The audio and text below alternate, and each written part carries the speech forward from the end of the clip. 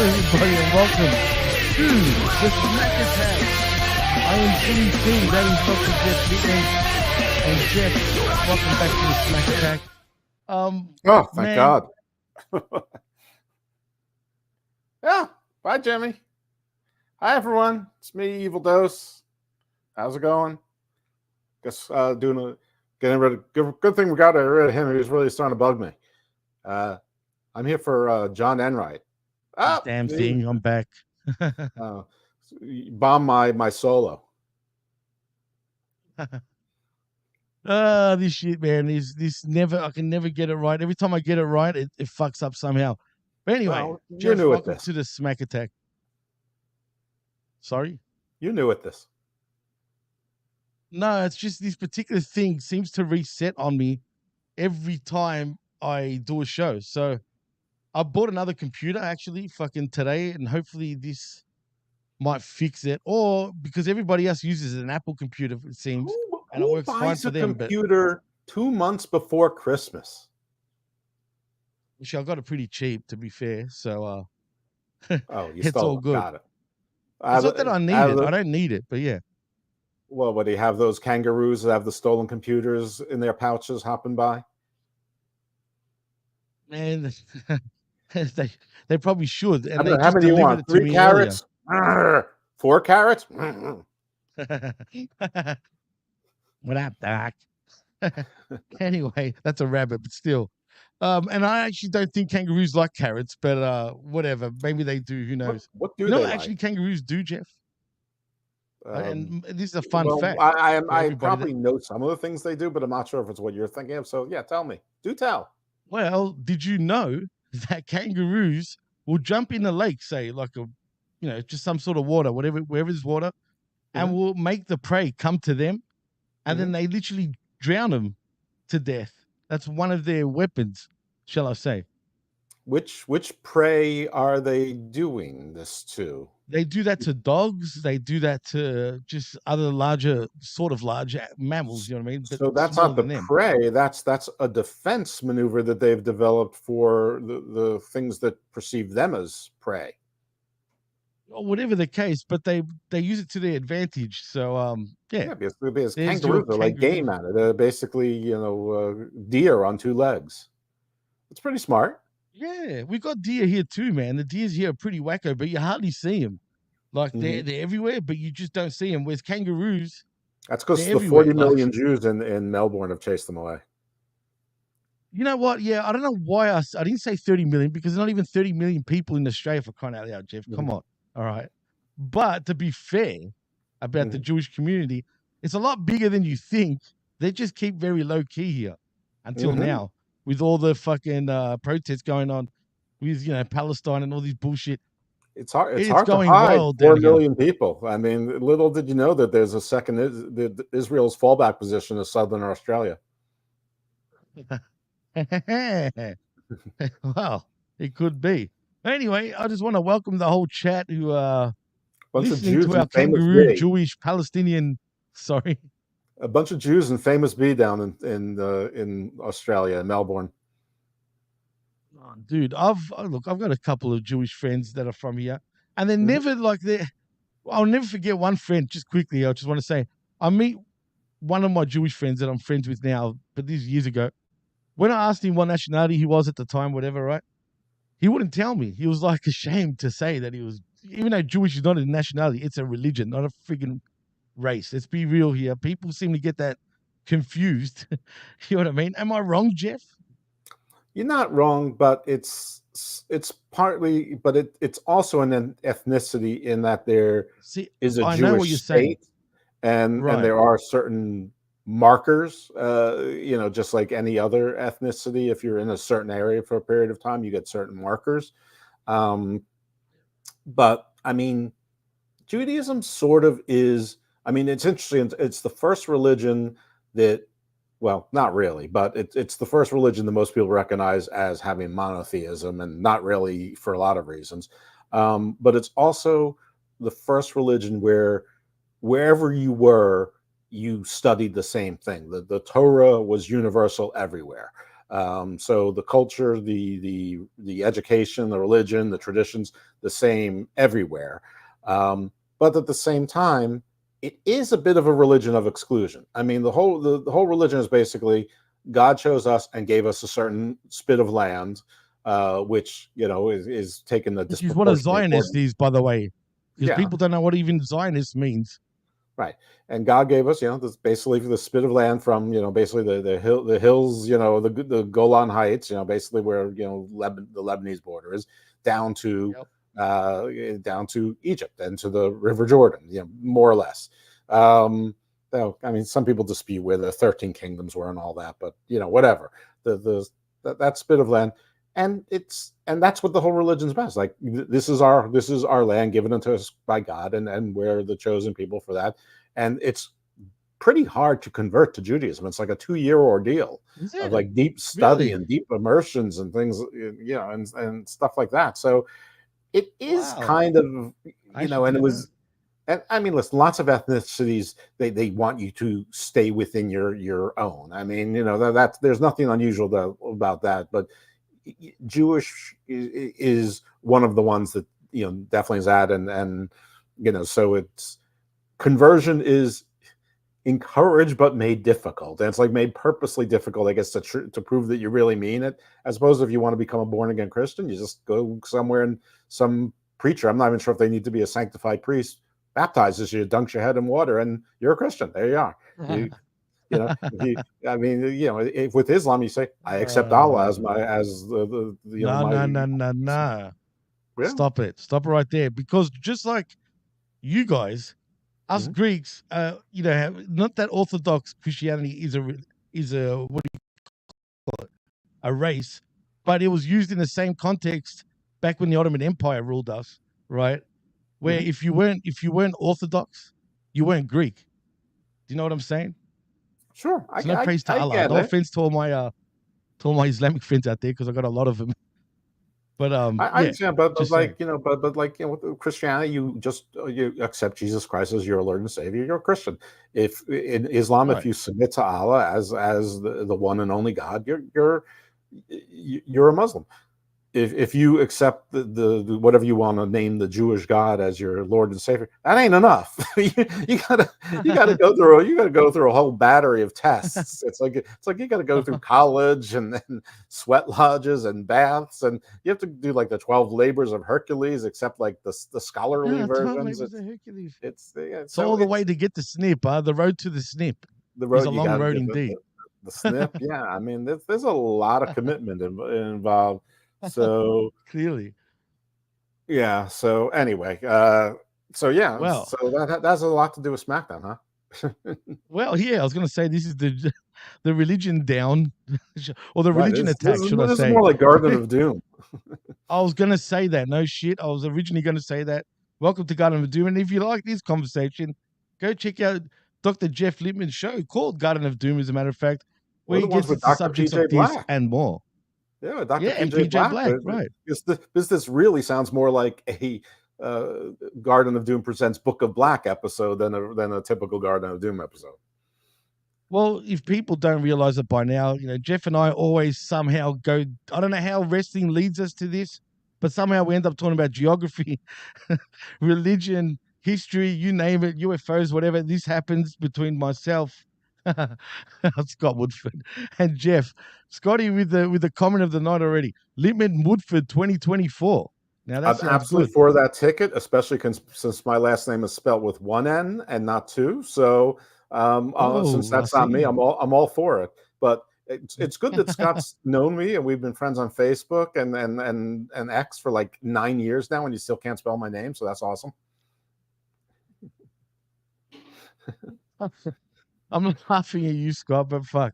Listen, folks. If you're going to vote for Donald Trump, I mean, spelling and capitalization are not important to you. So yeah, go for the ticket of Lippman and Woodford. I mean, oh no! Thank God I'm from Australia, man. I don't have nothing to do with this. Listen, and you don't think we're diverse? You think we're two white guys? Please, I'm a Jew. There's never been a Jewish president. He's got one leg. So there you go. Yeah, I'm on one leg. And Gruss, funny you brought this up about Hack is the Sandman's real name. I was listening to the Next Level podcast, actually, when this subject came up, and funny enough, I know what you're saying. I used to think the same thing, but you're all pissed off the vet. Shout out to the vet and Big Ray Hernandez with the Next Level podcast. The reason why he's Hacktour, but the reason why his name's Hack, it's actually a nickname of his that he's always been known as. It's not his actual real name. It's his nickname that everybody, that's why everybody calls him Hack. It's not because he was in WCW and they called him Hardcore Hack. That's actually his real nickname. So there you go. The Seidel's and Matt Bloom are Jews also. Well, yeah. I mean, Bloom sounds like a Jewish name, to be fair. It could be a lot of things. I mean, Bloom is just, German. Like Miller. I know, but why can I tell? Like, if I know it sounds weird because really you anglified your names, if that makes sense, right? But they still stand out. Like for me, even when I met you, I knew, even though you denied it to me at first, but you must be Jewish, right? Open about it. I'm not open about it because we're an endangered species. But I mean, Matt Bloom, Lord Tenzai, Prince Albert doesn't look like your prototypical human, let alone your prototypical Jew. I mean, he's like 6'5", 6'6", 330 pounds with those giant pecs. Any Jews in the house? Lab rat. What are they testing on you, lab rat? Are they testing Jews on you? And that's the other thing. One of the tenets of Judaism is we don't proselytize. We don't try to convert. Yeah, that's true. I'll give like you the that. Jews I've never had someone. Like there's the whole thing. Like there's two camps of Jews for Jesus. There's the Jews for Jesus, and they try to convert like Jehovah's Witnesses. And then there's like the Messianic something or others, which are Jews for Jesus, but they don't try to convert. Yeah, but what's up? Have you seen the Jews that are actually? See, I know we're still going on about this, but I've been meaning to ask you, and I've forgot about it. But now you just remind me. Have you seen those pro-Palestinian Jews? Those real Orthodox Jews? What is it? They're all in New York. They're all New Yorkers in colleges around. No, but even in Israel, there's a suburb in Israel, right? No shit, I saw this on TV, right? That's all Palestinian flags, right? But they're all Jews, they're all Jewish, but they're ultra right Jews. They're ultra left, is what they are. Ultra left. Sorry, you're right. Yes, but and you know why? Because they believe that then the reason why they do this is because they believe that's not their land. Technically, they are on. Which is bizarre. Well, I didn't even know there was Jewish people like that. I mean, I'm sure there's some niche that's that. No, I mean, first of all, there's a whole Western liberal notion that anybody who was ever considered a colonizer is wrong. There's also a notion that anybody is stronger is wrong. I mean, the fact is, I mean, they're all Canaanites, and everybody except the people from some place in Africa colonized someplace else. I mean, that's just a fact. But I mean, if Philistine is a Greek word. They kick Canaanites out all too. I mean, the Levites were supposed to take over Philistia, and they failed. And then it was actually, I mean, that's when David beat Goliath, because the Judeans defeated the Philistines and unified the kingdoms of Israel. I mean, you can't be a colonizer if you've been fighting over the same land for at least 4,000 to 6,000 years. I mean, at some point, colonialization, I don't know when it is, but let's just call it 600. After 600 years, I mean, nobody calls North Africa colonized by Arabs and Muslims, but it is. I mean, and there's still wars there over those religious lines and ethnic lines. Nobody covers them because it's not sexy, but but that part. But I mean, but there is some truth to a lot of Ashkenazic and Jews from around the world went to Israel after World War II as the Jewish safe haven. Did they come to colonize, or was it the land promised them by God, or was it more pragmatic? It's a Jewish state, and it's the only place that they would have security. Whatever. Like people's notions of land rights are. I mean, meanwhile, half those kids are in colleges, in the United States, which is two hours old. But the entirety of the United States was colonized and recolonized and recolonized. Most of those kids in college are certainly colonizers of sorts, with some notable exceptions of descendants of transatlantic slavery and probably sort of indentured Asians, rail workers. But for the most part, it's all colonized. And if you want to go far back enough, I mean, everybody in the Americas is Asian, and not all of them, decided to, go down to Central and South America, or even, leave the Pacific Northwest voluntarily. I mean, someone chased them. The people who live in above the Arctic aren't like, yeah, -40. This seems awesome. Jesus, literally Jesus. Well, yeah. Look, but let's get out of the history talk. Like I said, What every are the time we Ven and try to Ray? come back. What are the Ven and Ray mad about? And you and Ray still doing the Raw show? I mean, what's going on here? Well, absolutely, we are. Of course. Why wouldn't we? Why wouldn't you? There's lots of reasons. You should be tuning in, as a matter of fact, Jeff, every Tuesday You morning, guys 10 do a.m. your Eastern. shows during my work day. Well, that's not my fault. This is Big Ray's fault. So, well, he works nights. It's not his work day. I mean, it's just I mean, like I mean, and I'm offended by the NXT show because that's the one I would really want to watch. And I love it. That's a great show. I actually try never to miss it. That is a great show. I almost never get to next watch level. Yeah. Well, it is. Look, we're exclusive on YouTube, first of all, and the shows that you can go back on it and you can listen to it. But as a matter of fact, Jeff. I like being in the chat. I like being acknowledged. That's true. That's true. Canada Spaceman said he liked the Raw again this week, and SmackDown was okay, not as great as last week. And Scotty says, "Get a better schedule, Lippman." With one end now. He's talking to you. All I need is for everybody to get me 1,000 more podcast listeners, and have them get me 100 more podcast listeners, and then maybe I'll be able to afford you. Well, you've already got enough of a following, for God damn it. On Twitter, like we're discussing off the air. Not enough Canada, to be. What are you talking about? To be profitable. Well, apparently, the spaceman from Canada said, "I made quinoa this week. Then when I added in chopped up lettuce, tomatoes, dill, weed, and ranch dressing, it reminded me of Greek food." Opa.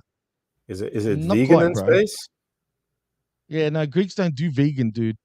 Yeah, trust me, Greeks don't put do some vegan. Lamb in there. Maybe then start talking. Put some lamb or goat. It's goat and more goat. But anyway, Labra says just became AI. Jeff like Jimmy. How? You just sounded like AI, Labrat. Comma, Jeff like Jimmy. Yeah. Yeah. You have to really maybe I will become AI. Oh. You know what? It would probably help me to become AI. I would stop rambling and meandering into these like rivulets and detours. Well, that's fun. But why is he AI suddenly, Labrat? God damn it. Anyway. It's your AI. Remember Chris used to call you AI? Not just Chris. I'm glad I'm not the only Australian in the wrestling or the IWC that gets called AI, because other Australians do too. It seems like a running gag now. Maybe it is. Loud. It's all because of that Scottish fella's fault. I forgot his name. That thinks Australia doesn't exist. Drew McIntyre? He's been to Australia, so he knows it exists. But shit. Like, is it Joe Henry? Oh, no, don't, because you know what happens when you say it? He appears. It's more than just appears. Unfortunately, it's not on any anymore. He took it off. Damn it. Candyman. Damn you, Ray. Candyman. Beetlejuice. Nothing's happening. No. Ray had like his version of say his name, man. I've seen Ray. It's right. But it's Ray. I've seen it. But but it's Ray, and I was gonna play it, but he took it off. So I'm glad. I don't want to see Ray take it off. Yeah, well, he did take it off. As he would say, but anyway, gay. That is gay. There's anything wrong not as gay as Colin Weissong, though. He's gay. No, of course not. No one's gayer than Colin Weissong. No. But let's get into some wrestling news, shall we? We are here to talk about professional wrestling. So I know, generally the SmackATTAck, the first hour is about, well, technically, the first hour of the SmackATTAck when John's here, but he's on excursion right now. He might make an appearance, but it's probably too late for him. But anyway, usually, we're always talking about what John was up to for the first hour. So we can That's talk true. trash for an hour on the Smack Attack, I guess. I But remember, right. Just remember, right. everyone, it's Mental Health Awareness Week, and if you feel bad, you should kill yourself because you're a drain on society. Thank you very much. Damn. Don't do what he said. Just saying. Oh, But let's that's the wrong message. Sorry, everyone. Do the opposite. wrong Call a friend. message. Right. Call a friend. Ooh. Get a friend. Call a stranger. Yeah, call a friend to call a stranger. You know how it goes. But don't be creepy. But anyway, can we get into some news now, Jeff? Viv laughed in the other room. She heard me say, "Don't be creepy." Oh boy. I didn't know this. Wait a minute, Labrat. So you're distracting me now. Australia's next to the soundstage where they taped the moon landing. It's true, Exactly right. Stanley Kubrick's still alive and well in Tasmania. Do you know that today is the 4th anniversary of Viviana being an American citizen and 4 years of stealing black jobs? Oh boy, I'm not even going to get into that, but it is cool. Like Gruss says, everybody love everybody for crying out loud. This, love's in the air. Let's keep the love in Love is in the air. one place. Nah. Hey, Love that is in guy's the air. Australian. Huh? The guy that sings that is Australian, I'm pretty sure. Really? Oh, no. I thought it was like Was a it Lou a British? Rawls or something. Wait, there could be. Is it the same one? Have you seen? Forget it. Look, let's just talk about wrestling, shall we? Fine. Because I do have some Boring. news to get into. All I right. know. Trust me. Sometimes I'd rather just shoot the shit and not talk about anything else, but fucking All right. This show's about whatever. But SmackDown, right? well, it's supposed to be, but apparently, according to Queen Laquifa, which is, I see what you did there. Apparently, his farts can kill someone or she. I don't know. Yeah, her farts can kill someone. Well, all right. And apparently, you're stealing Cold Blooded's gimmick over here, man. Over here. What the hell are you talking? Who are you? What do you mean stealing your gimmick? He's Cold Blooded. I'm like Chris Jericho. I've got more gimmicks than anyone. And Laquifa, don't make me smoke you, please. Come on now. Of course, Australia doesn't exist. I am AI construct. God damn it. When do you get an Australian that says they're Greek all the time, for crying out loud? That doesn't exist. I mean, come on. Hello there. Logically impossible. So like Labrat says, so wrestling. Yes. Shall we get into it? Because I'm going to start with Maria Kanellis. Speaking of Greeks. Is she on SmackDown? Yeah, pal. Maria Kanellis. Yeah, believe it or not, because I don't know if you knew this, but a few weeks ago, she was saying there was something wrong with her. She was kind of sick, and she was kind of worried. Well, she just posted an update, and she just announced that this past July, that a mass was recently discovered on her adrenal gland. Oh. And she was scheduled to undergo surgery this month for, I'm not even going to try to say that, retroperitonoscopic adrenalectomy. Jesus, that's a tough one. Anyway, Canales' husband, Mike Bennett, recently provided an update stating that Canales' surgery went well. Canales provided an update earlier today on Twitter confirming that she had underwent surgery and it was successful.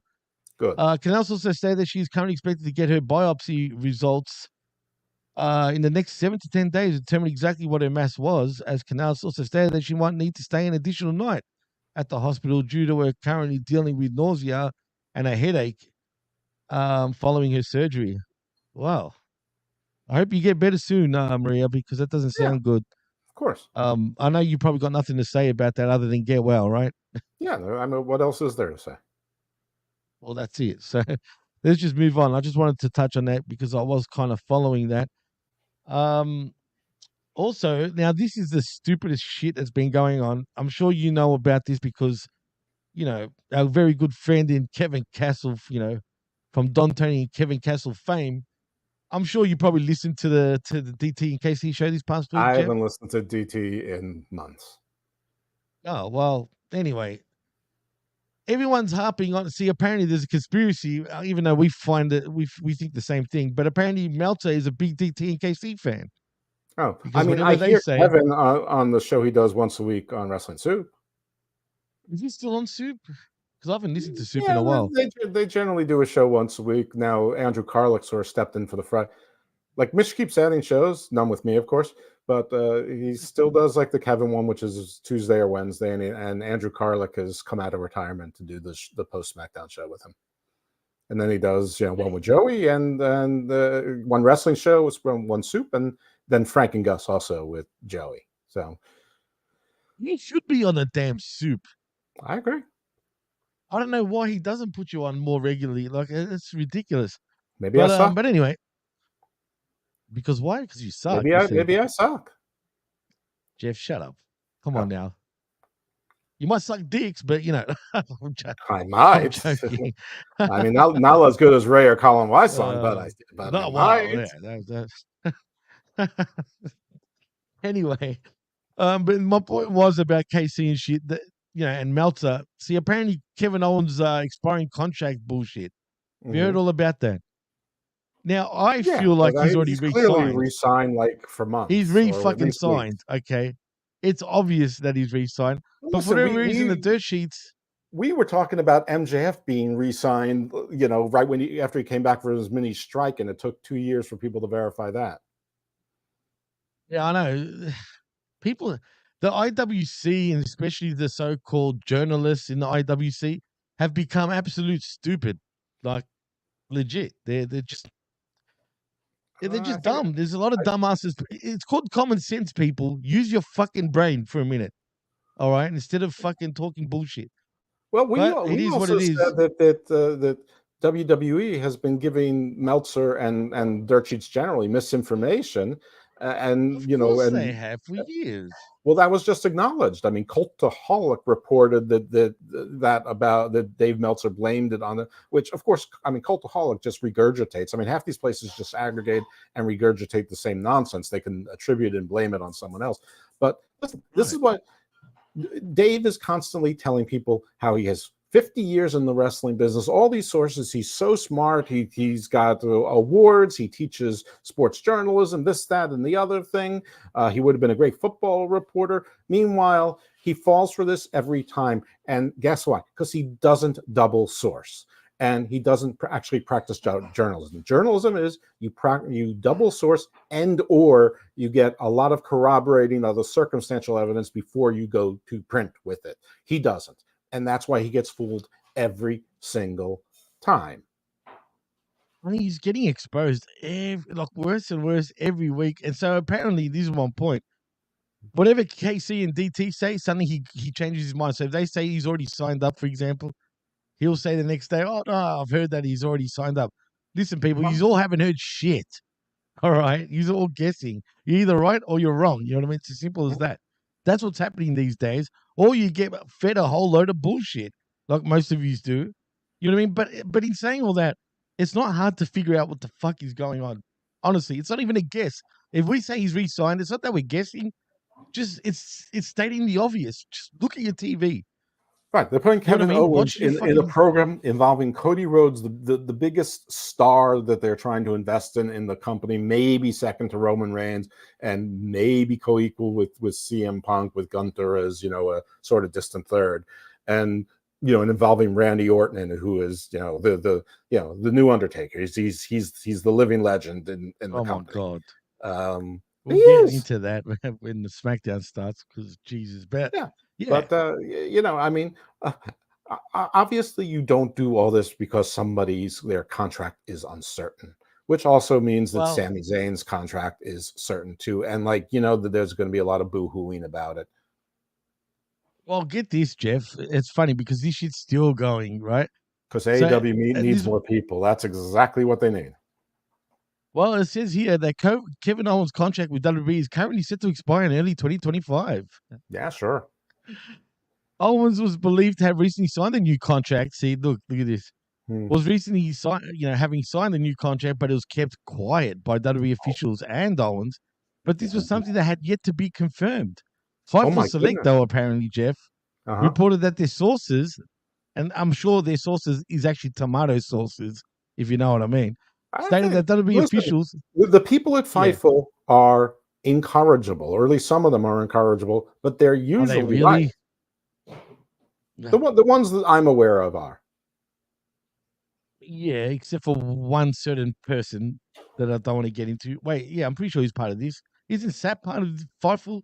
Yes, and incorrigible is a negative term. I can't stand his head. I can't stand him. He's a cokehead, mind you. There's a lot of evidence on that, but that's for another story. But anyway, Fightful Select reported that their sources, their tomato sources, stated that WWE officials had approached Owens about a month ago for talks for a potential new deal, but the two sides have yet to agree on anything for a new deal. So, in regards to outside interest, it was reported that those spoken to stated that AEW currently maintain a major interest in potentially signing Owens should he become available on the market. This interest reportedly has been something that AEW officials have had towards Owens for a long, long time. Since before AEW existed, they've had that interest. I mean, come on. I mean, 100%. He's a buck. Who doesn't AEW have an interest in? I mean, Remember, no one from WWE. They're bringing in Mustafa Ali next. Why did it take so long? Good luck, because we need another Flippy. Exactly, we need another undersized Flippy. And you know what's the countdown? But before he and Ricochet are tag team, and then him, Ospreay, and Ricochet are on a pay-per-view against Kyle Fletcher and Takeshita and one other bad guy. Well, you know what? This will pop me if they do this. If Ali does sign with AEW, I want an all animals all animals sort of stable. I want Prince Puma to come back as Ricochet. Mm-hmm. Ali can become like a cheetah, right? Mm-hmm. You know what I mean? So you want the Thundercats? The Thundercats. That's what I want. It's exactly what I want. Mm-hmm. Tell me that wouldn't be awesome in AEW. Now that's different, bro. Instead of the Callis family, the Thunder Calluses. Yeah. I mean, I know the Mum Ra is their traditional enemy, but still. Oh, fuck, that would be gold, man. Tell me that wouldn't put butts in seats. You know what? If they actually went with something that absurd, I might actually watch. I mean, mind you, I still haven't watched, but Bobby Lashley hasn't graced their screen yet, and that might be a thing to make me watch again. Which, I mean, listen, I can't imagine there's a lot of people like me that gave up on AEW 6 full months ago and might watch just to see Bobby Lashley, but I doubt I will. And I love Bobby Lashley, like sexually. So like the Colin Y song way. Did you say it under your breath just then? No, sexually. Bobby, I love you, Bobby. Oh shit. This is a laugh, man. But no, look, expect Lashley should be even by next week, possibly. Yeah, no. I listen. If this account is to be believed, and I was told by my good friend Phil Marks not to blow up the account because then snitchels will, get caught. But if the line next week is, "Oh, this is your house, huh? Well, you just got new neighbors," then you'll know that account is real. Lab Rat, man. He says Vince could come in and be the AEW Mumra. He's got a couple of cases to get resolved before that happens. But listen, when you come to AEW, all sins are absolved. So all things. Yeah, everything.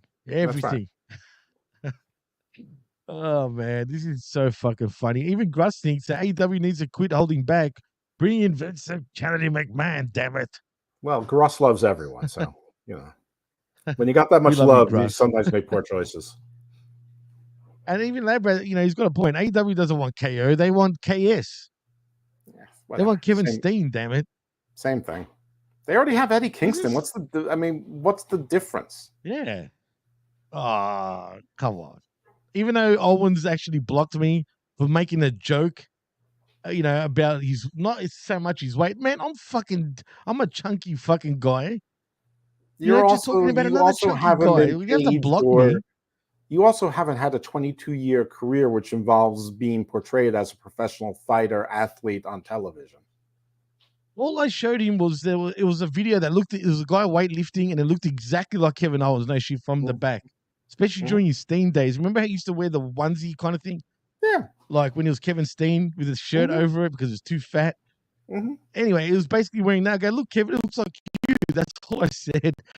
And he blocked me. So thanks, Kev. Not exactly Adonis here either. I mean, it's but I know, that's what I'm saying. But my job is to sit around and read a lot of things. I mean, if my job for the last 35 years was to present myself as an athlete, I probably make some time for the gym. Especially when there's one in the performance center, and in every hotel that you're booked into. Anyway, when I said he's the same as Eddie Kingston, I mean, I actually think that Kevin Owens is a much better worker, wrestler, and 100 times better. But they're both the same kind of everyman neighborhood tough guy that you don't expect can beat the shit out of you, but he can with good promo skills and believability in their voice and what they say. And in real life, they're both like super sensitive. That's an understatement. Yeah, but it's funny. The last part was unnecessary. The first part's the only part you need to pay attention. That's why I compare them to each other. I mean, they're both the everyman, the common man, the guy in the neighborhood that everyone in the neighborhood knows not to fuck with, but when someone comes and goes, that fat dude, and then they get and because they look like Dino Bravo, and then the fat guy, and then the guy knocks him square out with one punch, and Dino Bravo's lying on the ground. I don't get upset at getting called fat. Like, go some fucking seriously. Right. Like, come on.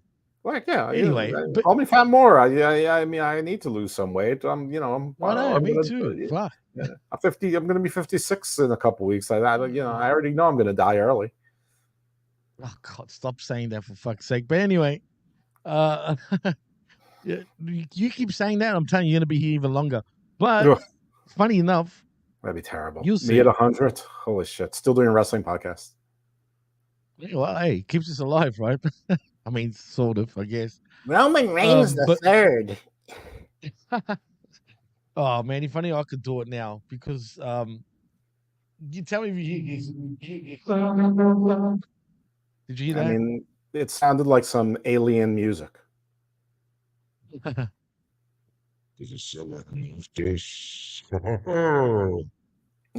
Very spooky for Halloween. Well, apparently the chat is arguing over what Kevin Owens lifts. Apparently he's according to Gruss, he's lifting plates, but according to Canada Spaceman, plates of French fries maybe. Well, maybe you could listen. If you're just doing plates, it's only 135. So I mean that isn't that big a deal. So I mean, if you're doing a Smith bench, it's like 120. So big deal. Well, anyway, you can do both. I mean, look, I have done both. I actually have too. Funny enough, I'm not kidding. I used to work at a freaking cafe when I was young. Man, I was an expert. I used to carry all sorts. How many plates? Now, if I tried doing that shit, I'll be Greek, literally all over again, because I'll be smashing them. See what I did there? I just thought you meant having sex with goats. No. I know the smash. Yeah, I'd smash it. We were saying that many years before you Americans were saying it, I've noticed, which is odd. Same with sick. Like, oh, bro, that's sick. We were saying that many Americans used to say, oh, that's ill, not fucking sick, if you know what I mean. First of all, us humans are stupid anyway. Who the fuck says they look at something good and say, oh, that's sick, bro, or that's ill? It just doesn't make sense when you think about it. Well, I mean, it all started with Michael Jackson with the song I'm Bad, which means I'm good. And then they turned fat into Pretty Hot and Tasty, and everything went to shit from there. Oh, remember that? What about Fig Jam? Fuck, I'm good, just ask me. And then there was also the kids in New England, like mostly Boston, would say Wicked, like cool, like Wicked is cool. Like Wicked. So, yeah. Like car. Yeah. They've got more of an Aussie friggin' accent with certain words than Aussies do. Like, they emphasize car compared to us. We say car. They say car and chowder. Yeah, the three ugliest accents are a strong Boston accent, a strong New York accent, and a strong Baltimore accent. That's exactly what that is. It's an Australian, New York, and fucking Boston accent all wrapped into one. Yeah. How did that happen? I don't know. We need to get linguistic entomologist, a linguistic That is, specialist here. I can't stand full blown, I know a Boston couple. Pete's talk. If you want to look up Luke Michael Ironside, he's a linguistics expert, so you can see if he'll come on your show. That bizarre. That's what they'll say too. Bizarre. He's Well, been I on don't Garden of do a Doom at Garden least of 4 Doom type of times. shit. Yeah, Luke's been on the show He 4 should be times. coming on your show. He did. He has. He did the show on well. Lilith. He did a show on linguistics. He did a show on the root races. He's done a whole lot of stuff. He's a master of esotericism. So, Russ, you think Deep South accent is the best? Like, howdy, people. Yeah, I don't think like I'm going with the ugliest, not the best. I mean, the best. I mean, I think like a sexy French accent is probably the best. Yeah, look, it's sexy, but it's so gay though. Like, In I just mine, want I'm to slap having them when they do that. Well, I'm having a woman say it, so it's considerably less. Yeah, that's a bit different. That's a bit different. Yeah, I mean, only women, no men, please. Just I'm women. like having like Anya you. Joy Taylor or like Anna de Armas is doing it. Hey, now we're talking. Yeah. Now we're talking. Look, the sexiest on a girl's probably the Latina accent, actually. Well, so you're lucky there, Jeff. So lucky. Yeah. You are very lucky. I know. I'm totally winning. I have outrun all of the coverages. Who Canada Spaceman thinks that's so gay. Like with a H. That's how you spell it. It's the way he spells it. Damn you. Well, he's a bit of a weird cat, actually, Canada Spaceman. He's watching a wrestling stream in the middle of a Saturday. Of course he's weird. We're wrestling fans. We're adults. We're all weird. Oh man, when he's drunk, he's on another planet. But anyway. All right, so okay. We don't judge. Of SmackDown. Yes, and I was going to get to more wrestling news before we do get there. There's not much, but this one was going to pop everybody. Because guess what, Jeff?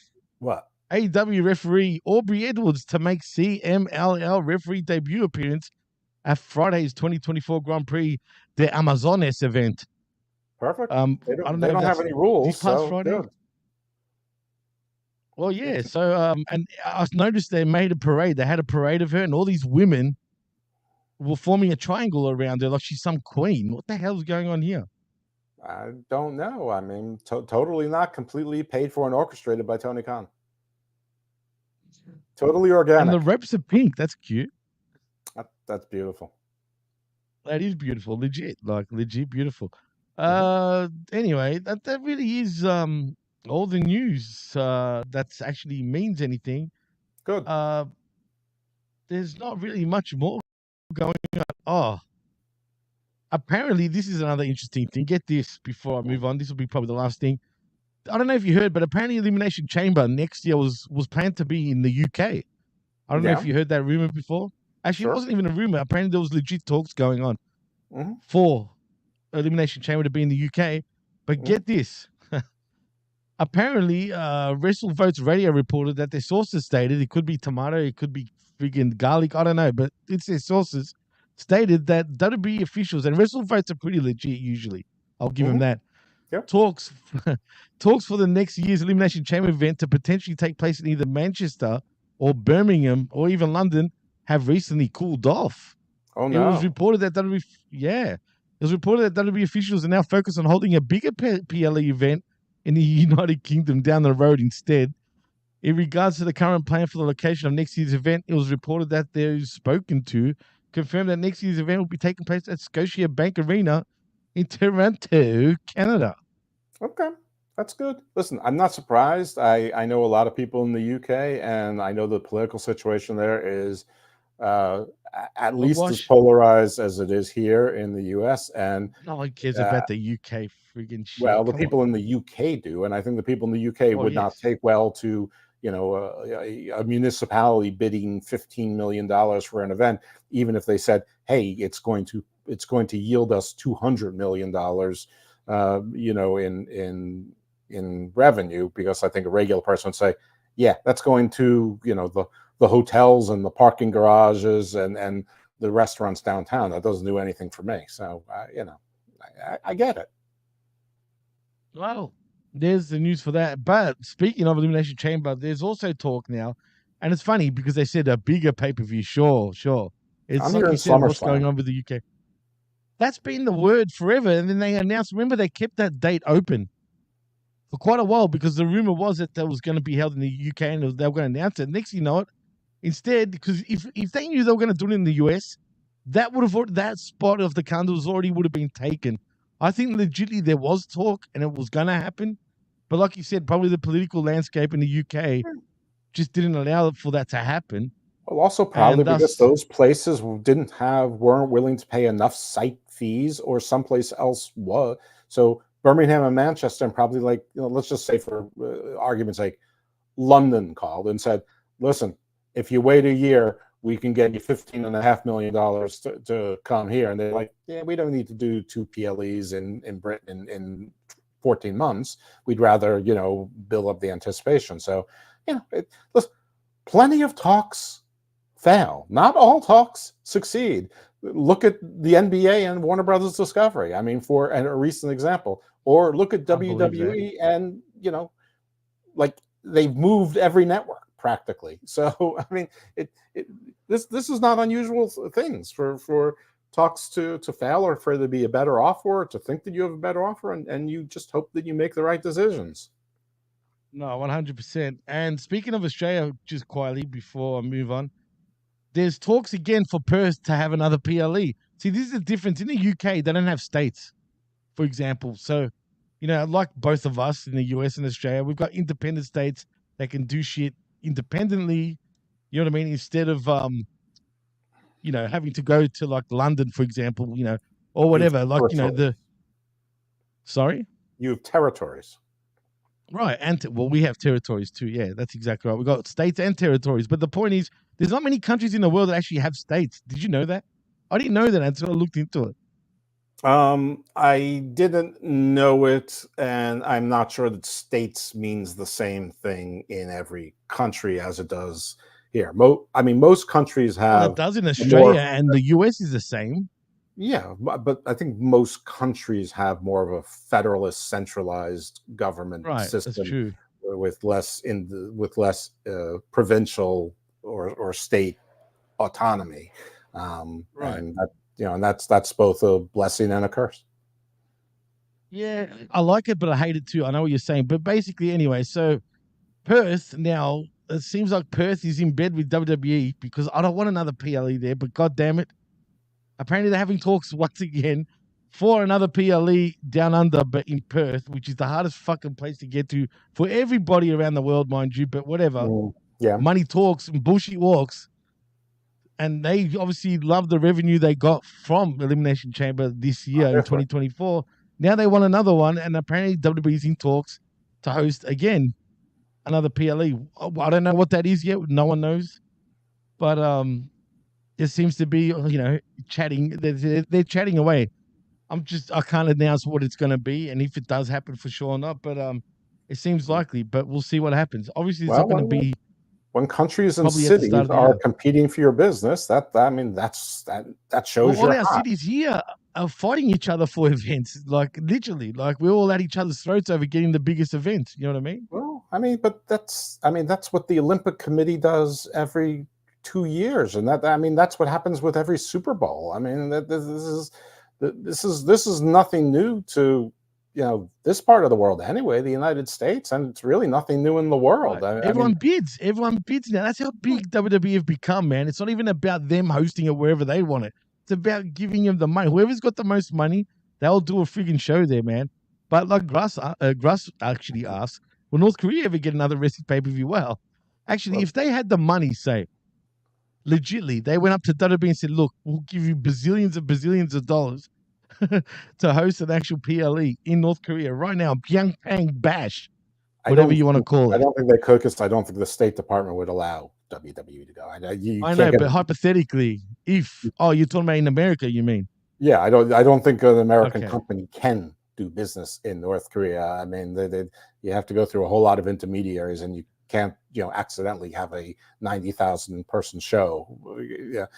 However, he said ever, so I'm going to go with Yeah, if the world doesn't end ever, yes. But you think that other In people my would legitimately lifetime, be up for it, no. though? In my lifetime, no. No, not even in none of our lifetimes, it seems. But I'm really legitimately, curious though, to see if what's going to happen when those 12,000 North Korean soldiers get shredded up within 3 days of being in deployed. Russia, The the Russians use Russia-Ukraine them like, thing, yeah, because the Russians use them like corned beef, and to I see if the couldn't North believe Koreans that. even give a damn. That is bizarre. See, let's not get into that, but I'd love to talk to you about that. But right now is probably not the right time. But Listen, I'm glad growing you up, brought that I up. thought that Cuba was this gigantic country with this giant military because the Soviet Me Union too. deployed Cuban troops.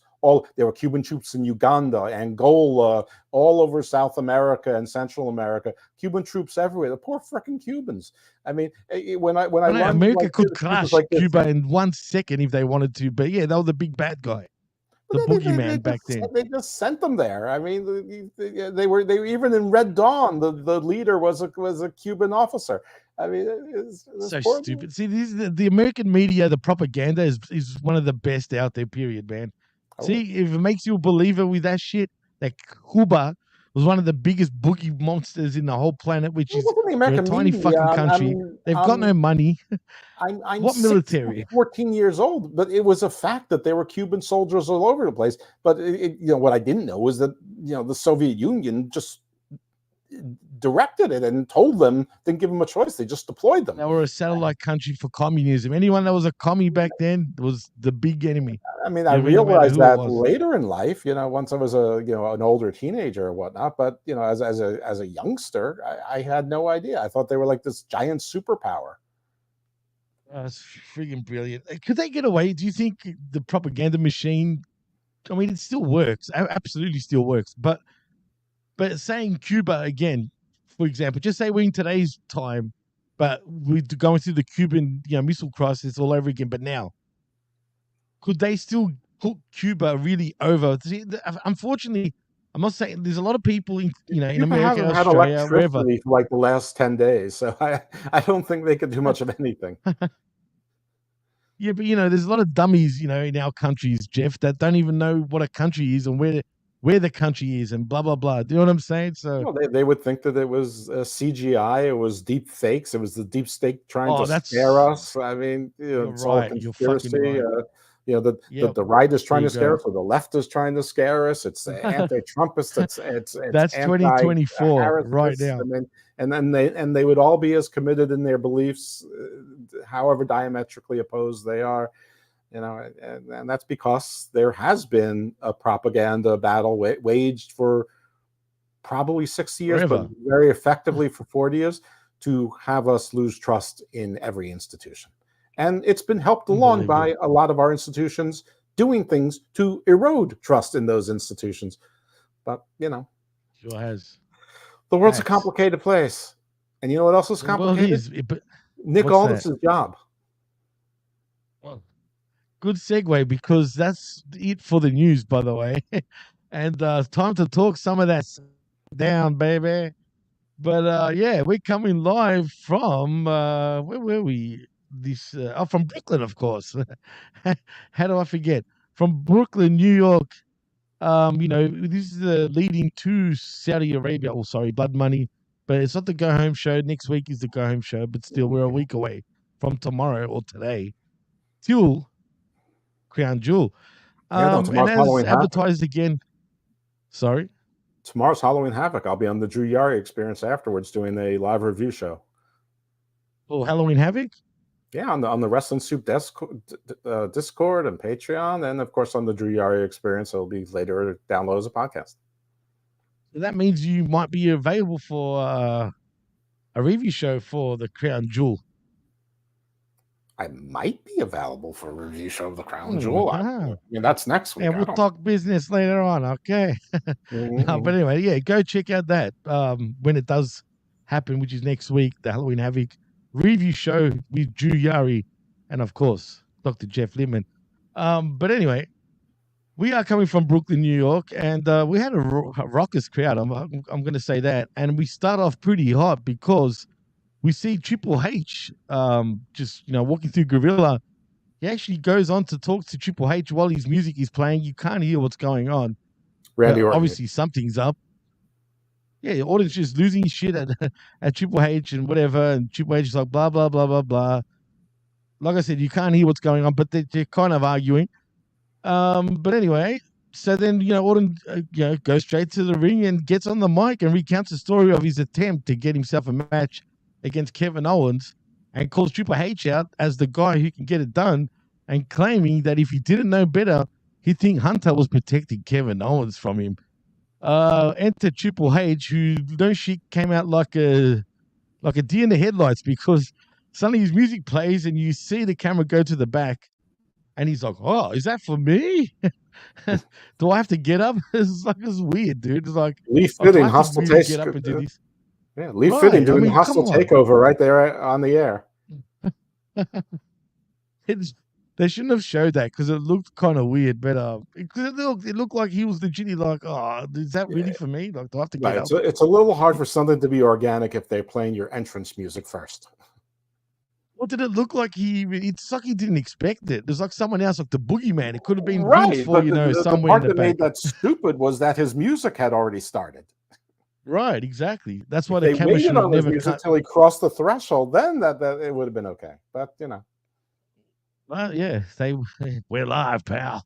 Yeah. Anyway, he says he'd prefer not to do this way, but since Randy can't show up to work on time, I'll just pause it right there.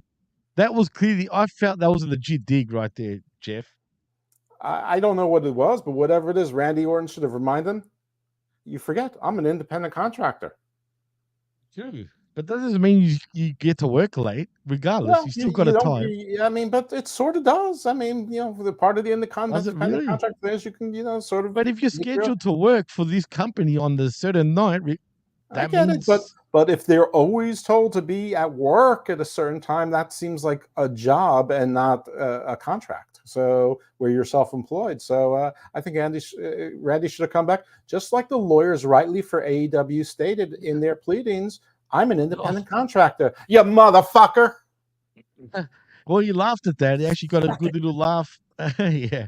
I actually think that was a legit dig. He must have been annoying I think he's been annoying the brass above him, and they're getting sick of his, being late and all. And him saying being late, we're talking about, say they're scheduled to be in the building at 1 or 2 o'clock during the day. He probably turned up at 5 p.m. I you know what I mean? 3 hours before the show started.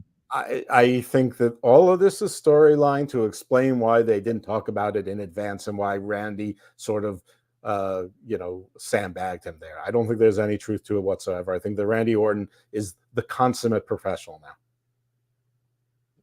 I don't know. I think that was a shoot personally. But anyway, it doesn't matter because, yeah, I do. I don't know why. It felt legit. But anyway, Triple H goes on to say, oh, wait a minute. He says that he's not protecting Orton from Owens, but he's protecting Owens from Randy. Oh, sorry, the other way around. He's protecting Orton instead of Kevin Owens. He says he's known Orton since the day he walked in here, and he's known Kevin since the day he came in here. And KO calls himself the prize fighter because he's all about business. He's never had a friend. It's always been business. He never thought twice before taking somebody down who was in his way. That sounds familiar. Cerebral assassin, anybody? Mm-hmm. Just saying. But for the first time ever, he let his guard down and he trusted Randy and Cody Rhodes, both. And he doesn't know why he trusted them. And for the first time ever, Owens got turned on and something got disconnected in him. And frankly, he doesn't want to put him in the ring with Randy. He talks about Randy just getting back from injury and says that he doesn't want to see him back on the shelf, maybe permanently even. Orton tells him to cut the crap, which is kind of true. He didn't ask for Paul Levesque to come out here. He wants the cerebral assassin. He wants the game. The guy wearing a leather jacket and carrying a sledgehammer who beat the shit out of him on his own front porch. Remember that? That was cringe. That was very cringe back in 2008. But anyway, he asked Hunter what he was and do in his position. What do you do in his position, that is? And says if this isn't the old Randy Orton being impulsive, he knows what's at stake with his health and his career. And Hunter knows what it's like to have all of that taken away from him just like that. and he wouldn't sit back and let it slide. He'd handle his business the only way he knows how, and that's in the middle of that very ring. Triple H looked seriously at him, though, the whole pivot before telling him he hopes he knows what he's asking for, and he books Orton versus Owens at Crown Jewel and tells Randy to protect himself at all times going forward, and he leaves the ring, which is kind of a bit of a threat. And then we get a little hype reel of the Andrade and Carmelo Anthony, but I'll get into that in a moment. Jeff, what do you think of this little segment? I personally liked it, but there was a lot of like rah, rah, rah sort of thing. Yeah, I mean, listen, it was a little bit roundabout to get to where you knew they were going to get there, but I mean, they made it make sense. I'm still having trouble wrapping my heads around anyone needing to protect Randy Orton from pretty much any single person, but the injury thing and the steel rods in the back, yeah, he made it make sense. They did what they had to do. He made the match, and there you go. It's fine. I mean, I thought it was good. It was fine. They both acted well. Everybody was mentioning how small Triple H looked next to Randy Orton. I mean, first of all, Randy Orton is like 6'4", 6'5". Triple H was never 6'4", but I think he's had like I think he's had like a couple of like spinal fusions, and I think he's had a bunch of his joints replaced in his legs, and that'll cost you a few inches. And he also doesn't stand up straight anymore. I'm not sure he can. I'm not sure it's heart related, but that'll also do it too. But yeah, he's Triple H is an average height man now. He's probably 5'10", 5'11". And you think he's dropped that many inches? Yeah, well, I think he was probably never more than like 6'2", 6'2 and a half. 6'1". I think is the shit. They used to bill him as 6'4". I think, did they? Yeah, they built him at like 6'4". And listen, who knows? Maybe his boots gave him 3 inches. I don't know. Actually, there was rumors at one point that he was wearing platforms, and there was evidence of that. I think most of the wrestlers wear platforms. I mean, or at least half. I don't think there's anything unusual about that. But don't get it twisted. Like, for example, I hate to bring this up, but did you see Undertaker's podcast this past week? I did not. Did you know who was his guest? Of course. Well, it's not what you think. It's actually an interesting thing because it ends up becoming Trump interviewing Undertaker throughout the whole show, which is interesting. That's what I heard. But all I needed to hear is the one quote. Listen, I love the Undertaker. I'm always going to love him as a performer. Doesn't mean I have to agree with him. That doesn't mean I think he's stupid. Doesn't mean I think he's smart. Most people are more than one thing. Most people are smart about certain things and stupid about certain things, and in the middle about a whole lot. But when he said you bring the fun back into politics, then you're living in a bubble, because there has been nothing fun about the last 9 years. No matter what side of it you're on, there's been nothing. Exactly. Thank you. Facts. And I'm not in the US, right? But I know what's been happening, thanks to, of course, you and others. You lived in a gated community where everyone agrees with you, and you take private jets everywhere, and and you never have to wait for a thing. But people have fucking died over this bullshit. So for him to say that was very wrong. Do you know what I mean? Like, completely wrong. I can see why he got that heat too. But what was he thinking? What do you expect, man? You know what I mean? You're going to get someone like Trump on your show. You're going to get some sort of heat. Well, I don't think the Undertaker cares about the heat. And I think that most people who listen to the Undertaker show probably are of a sort of a like mind. I mean, same with Joe Rogan. But my understanding is that the Trump interview on Joe Rogan went really poorly, and Joe Rogan was not particularly impressed. But no shit. Then again, I might be hearing it through the filters that tell me what I want to hear. Anyway, the answer is no, I didn't listen to it. No, I'm not interested. No, I didn't listen to the Joe Rogan one. Listen, I made up my mind 9 years ago, and nothing since then has changed my mind. There's only a few people I would vote for Donald Trump in ahead of that are Americans, and they're all his supporters anyway. Oh man, yeah. Look, let's not get into it, but yeah, it's personal. Damn it, it's personal. But anyway, let's move on, because next we see LA Knight making his entrance as we go to a break, and that leads us to, is this match number 7 between Andrade El Idolo and Mr. Carmelo Hayes. This is not hitting for me anymore. It's not. Thank you for saying that. I mean, first of all, they were whatever chemistry they have was completely interrupted by LA Knight being involved in this, and I know that was the purpose, was to make it the triple threat, but I didn't think this was good. And I guess the only saving grace to it is that LA Knight later on said to Nick Aldis, "I don't know what you were thinking. I told you last week I had no business being anywhere near this match as a referee." So again, the talking makes it make sense, but this is not something I didn't think this was good. I thought this was lazy. What's happening here? Solo show. Hello, my baby. Hello, my honey. Hello, my ragtime gal. Send me a kiss by wire. Baby, my heart's on fire.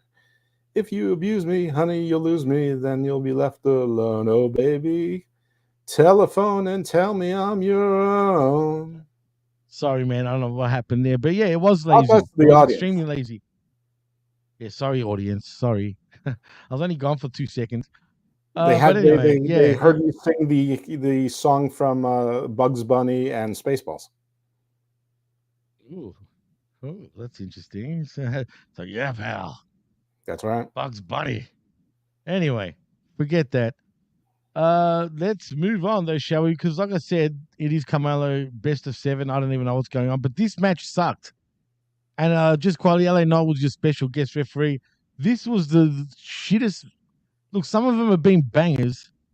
This one just didn't do it for me at all. And it was just the whole ending. Everything was just stupid, man. Yeah, I agree. I mean, I said it earlier. I think it was dopey, but I don't hate the idea of the triple threat.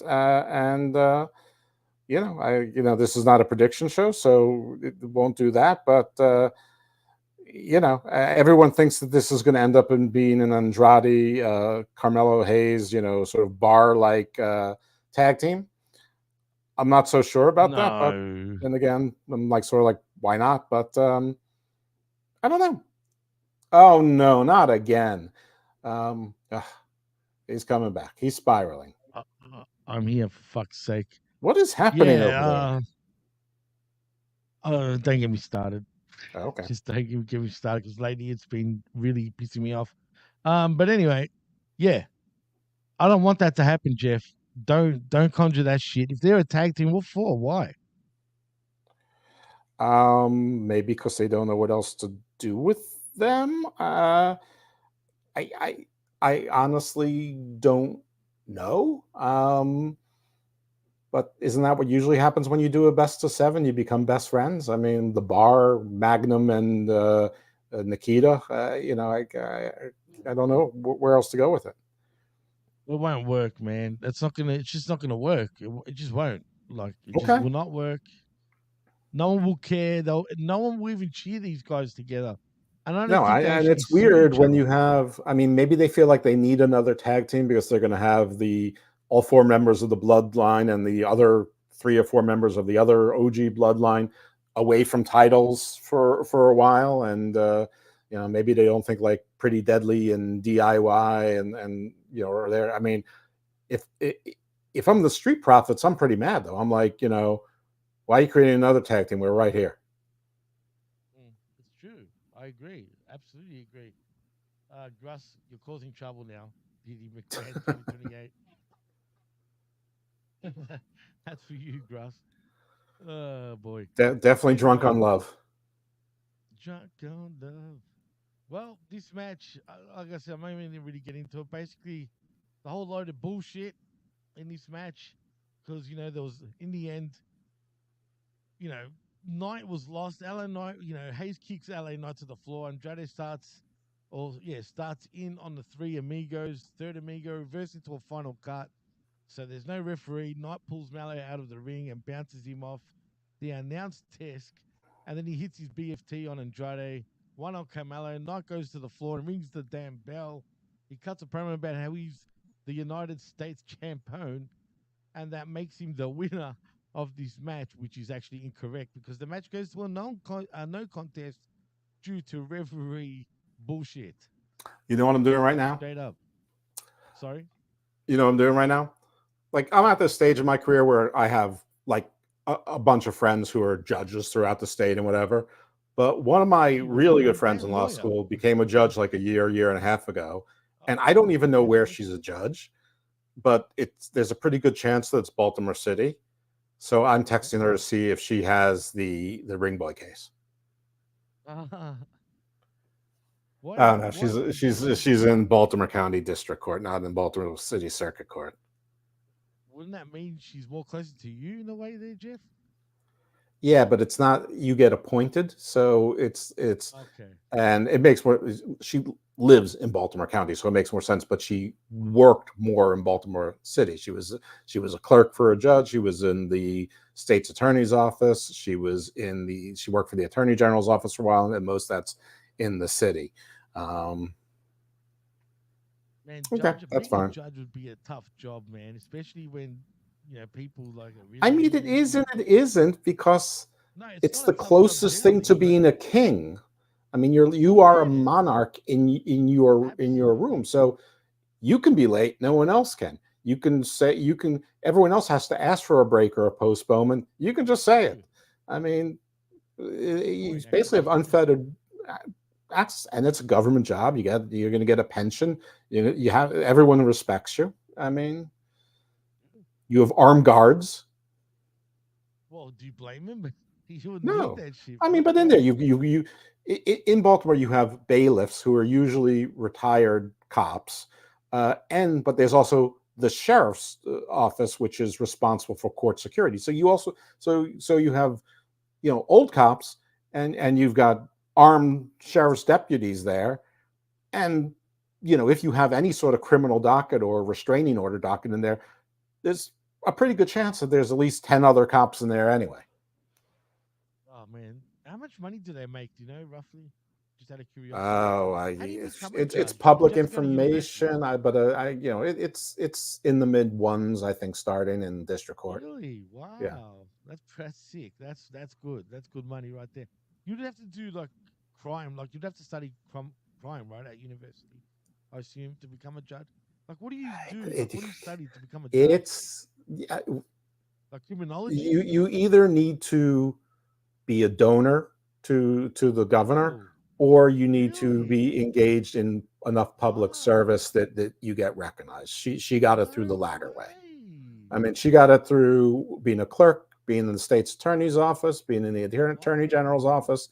I mean, she got it. She got it appointed through merit. She's very smart. Oh, that's something. Um, I just learned that today. That's something. I yeah, appreciate that. I never but knew but a, that. but a few of the judges I know, actually, most of the judges I know got appointed by merit and or having the right jobs to get them there.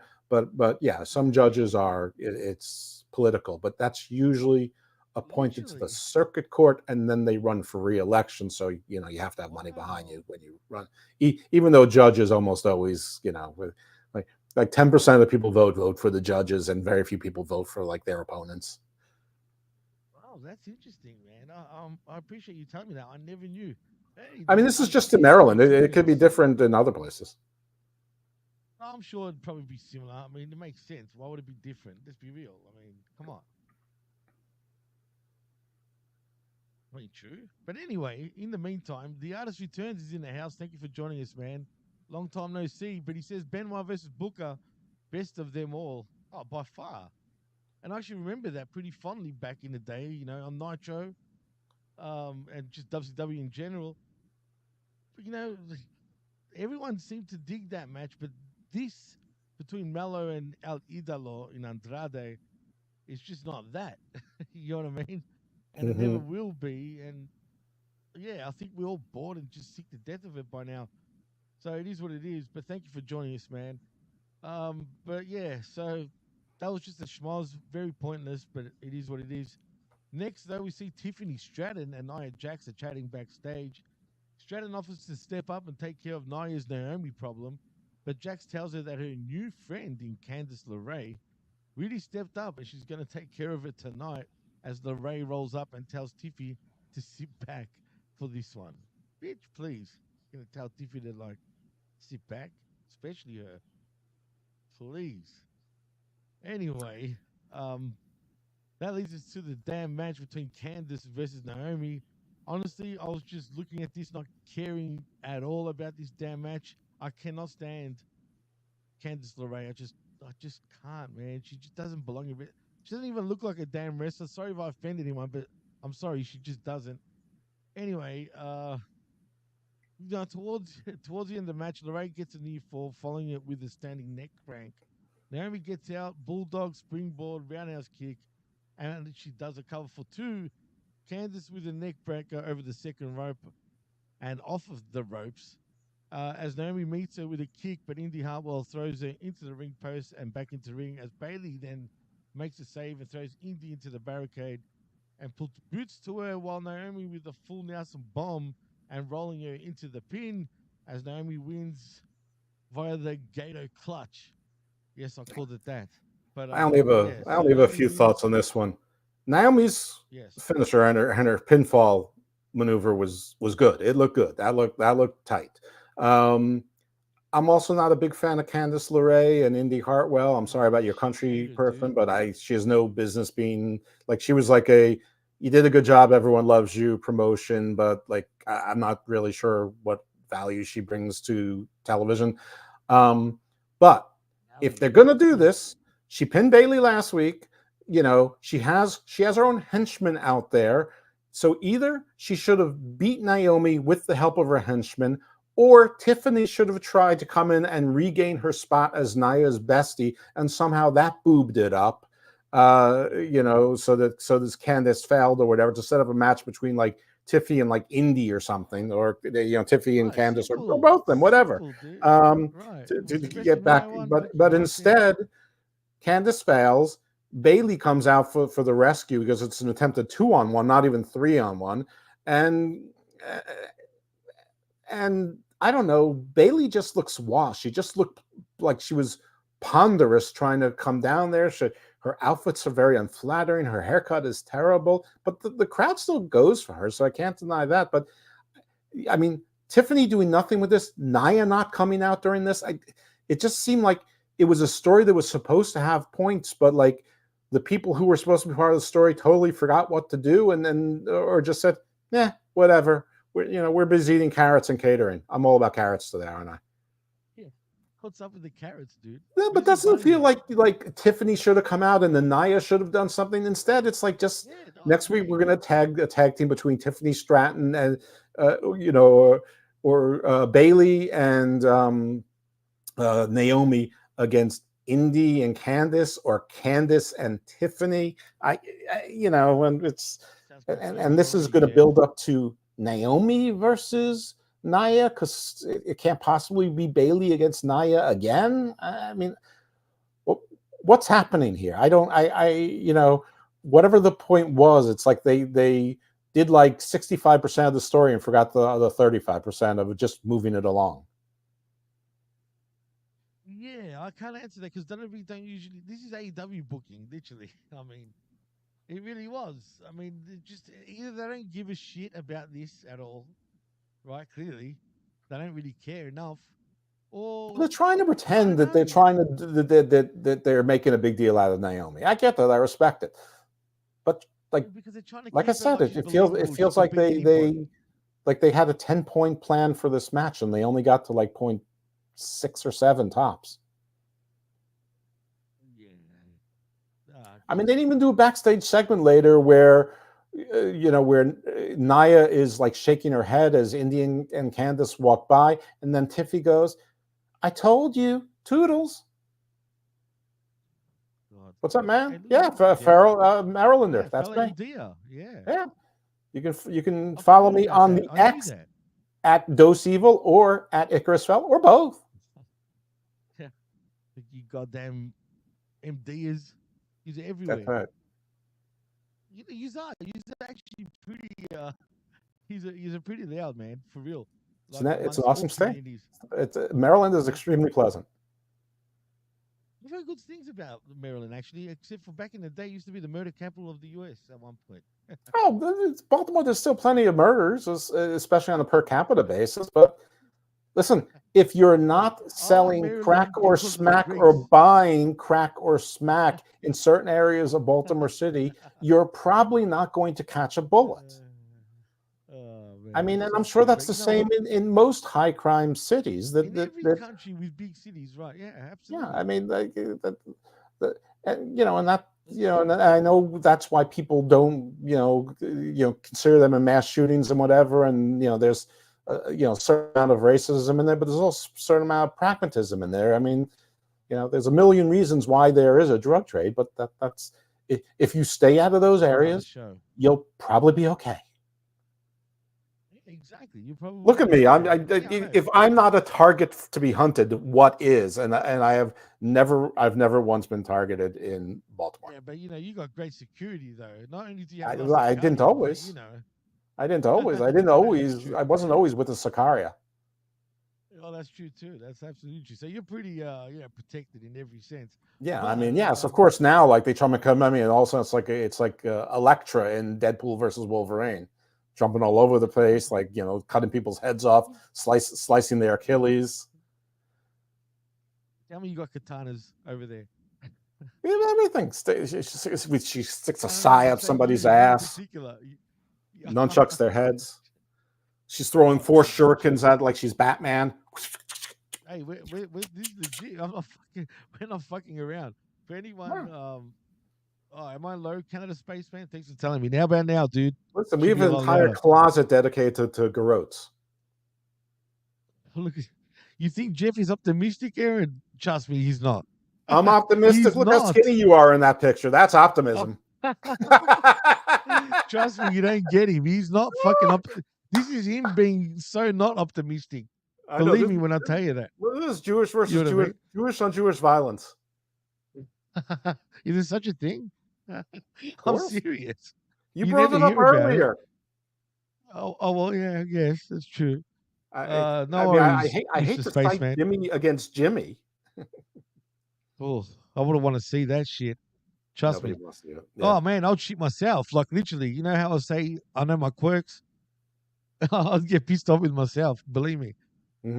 But anyway, where were we? Damn it, that threw me off. Oh yeah, Maryland. I just wanted to say that I do have a soft spot for Maryland, not because I know you, Jeff, or anything like that. It's only because there's a lot of Greeks there. Actually, it's one of the cities in the US that's very populated by Greeks. I mean, watch The Wire. Come on, absolutely that's famous. The Greeks are in there too, and Jimmy Seafood. Shout outs to them. Who are also Greeks, and they're cool dudes. By the way, I've actually interacted with them. And a shout out to MCW, Maryland Championship Wrestling. I don't know that. No, the real MCW is here, for fuck's sake. Well, there might be Melbourne Championship Wrestling. Well, shout out to them too. Sorry, and possibly their Melbourne champion City Wrestling is famously their champion. Yeah. Maryland. I'm not sure if I can make your November 10th show. I was planning on doing it, but I might have a conflict. And also shout out to Combat Zone Wrestling that is coming back to Baltimore on a monthly basis. CZW? Yeah. Give a shit about. I can't stand that promotion, dude. Never have. I am theoretically doing a little bit of work with CZW.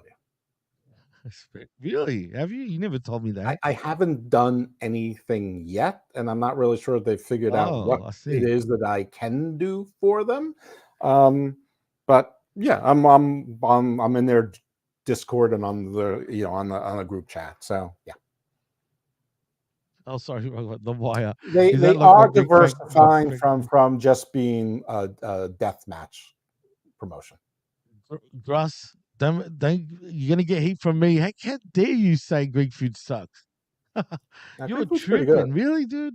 Especially really, dude. Come on, bro. I'm not saying this because I'm being biased, but if I wasn't Greek food is definitely in my top 3, 100%, like 100%. Moussaka, spanakopita. I don't like phyllo dough. No. You don't like what? Phyllo dough. Really? Oh, interesting. But gyro, man, gyro, the proper shit. I'm talking about the spit, the best chicken or lamb. Chicken or freaking lamb. Or mix. Tzatziki. I prefer the lamb. That shit like it's. Oh my god, bro, tzatziki. Anyway, thank you, boys. Give it to Gruss. Everyone, give him heat. I'm joking, by the way. But anyway, let's get back into the wrestling. I know it sucks, but we have to. But we do get a commercial after all that nonsense. after we see Naomi and Bailey celebrating. But then we see Lin-Manuel Miranda in the front row. Oh, Ooh, wow. yeah, Hamilton pal. himself. Yeah. And then we see the American Nightmare, Cody Rhodes, making his entrance as everybody sings his song, plays sing along. Does that annoy you these days? Everybody sings all the wrestlers' songs.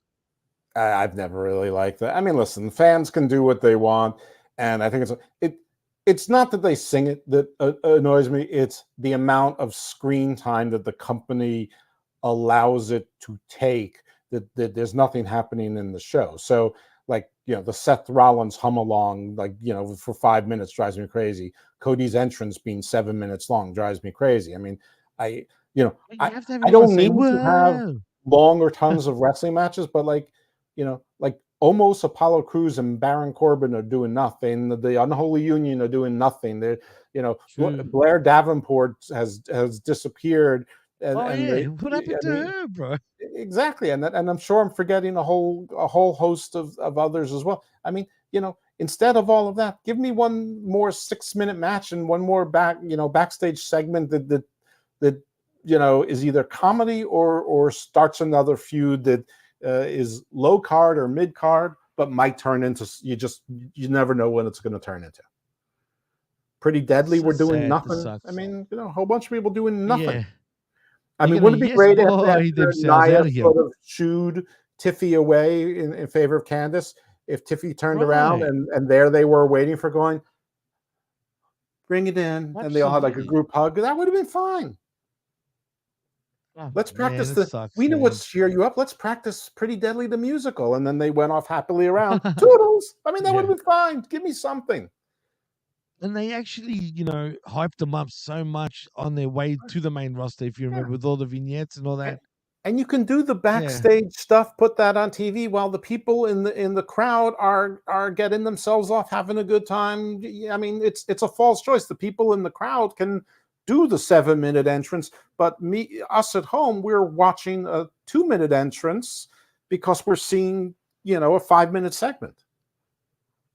You're right, man. You're right. And look, we bash AEW, but we'll bash WWE also when we think shit is not going right. So Well, I'm for going all to you barely idiots that bash think we're AEW. I haven't watched it in 27 weeks. no, I know, but you know how people call us in particular, this, especially you and I and others, WWE shields, like, we're We so just not. We did a praise what we show like. telling how we would improve AEW. We did a 2-hour show. Right. Exactly. And check that out at the PWC And it Network was our on second. YouTube We did one 2 for years offside ago also. interference. They're both called Outside Yeah, Interference. that Find was them. great too. Yeah. Mhm. And we did one on WWE, by the way, 2 years ago. It's just that the number one encumbrance for WWE actually got removed, and some Yeah. of the things they've done. Not all, but some. So check out all 3 of those Yeah, and shows. they're not perfect, right? They're not Yeah. perfect by all means, Yeah. WWE yet. You know what I mean? But back then, when we did the show, then it Yeah. was pretty bad, but not AEW bad.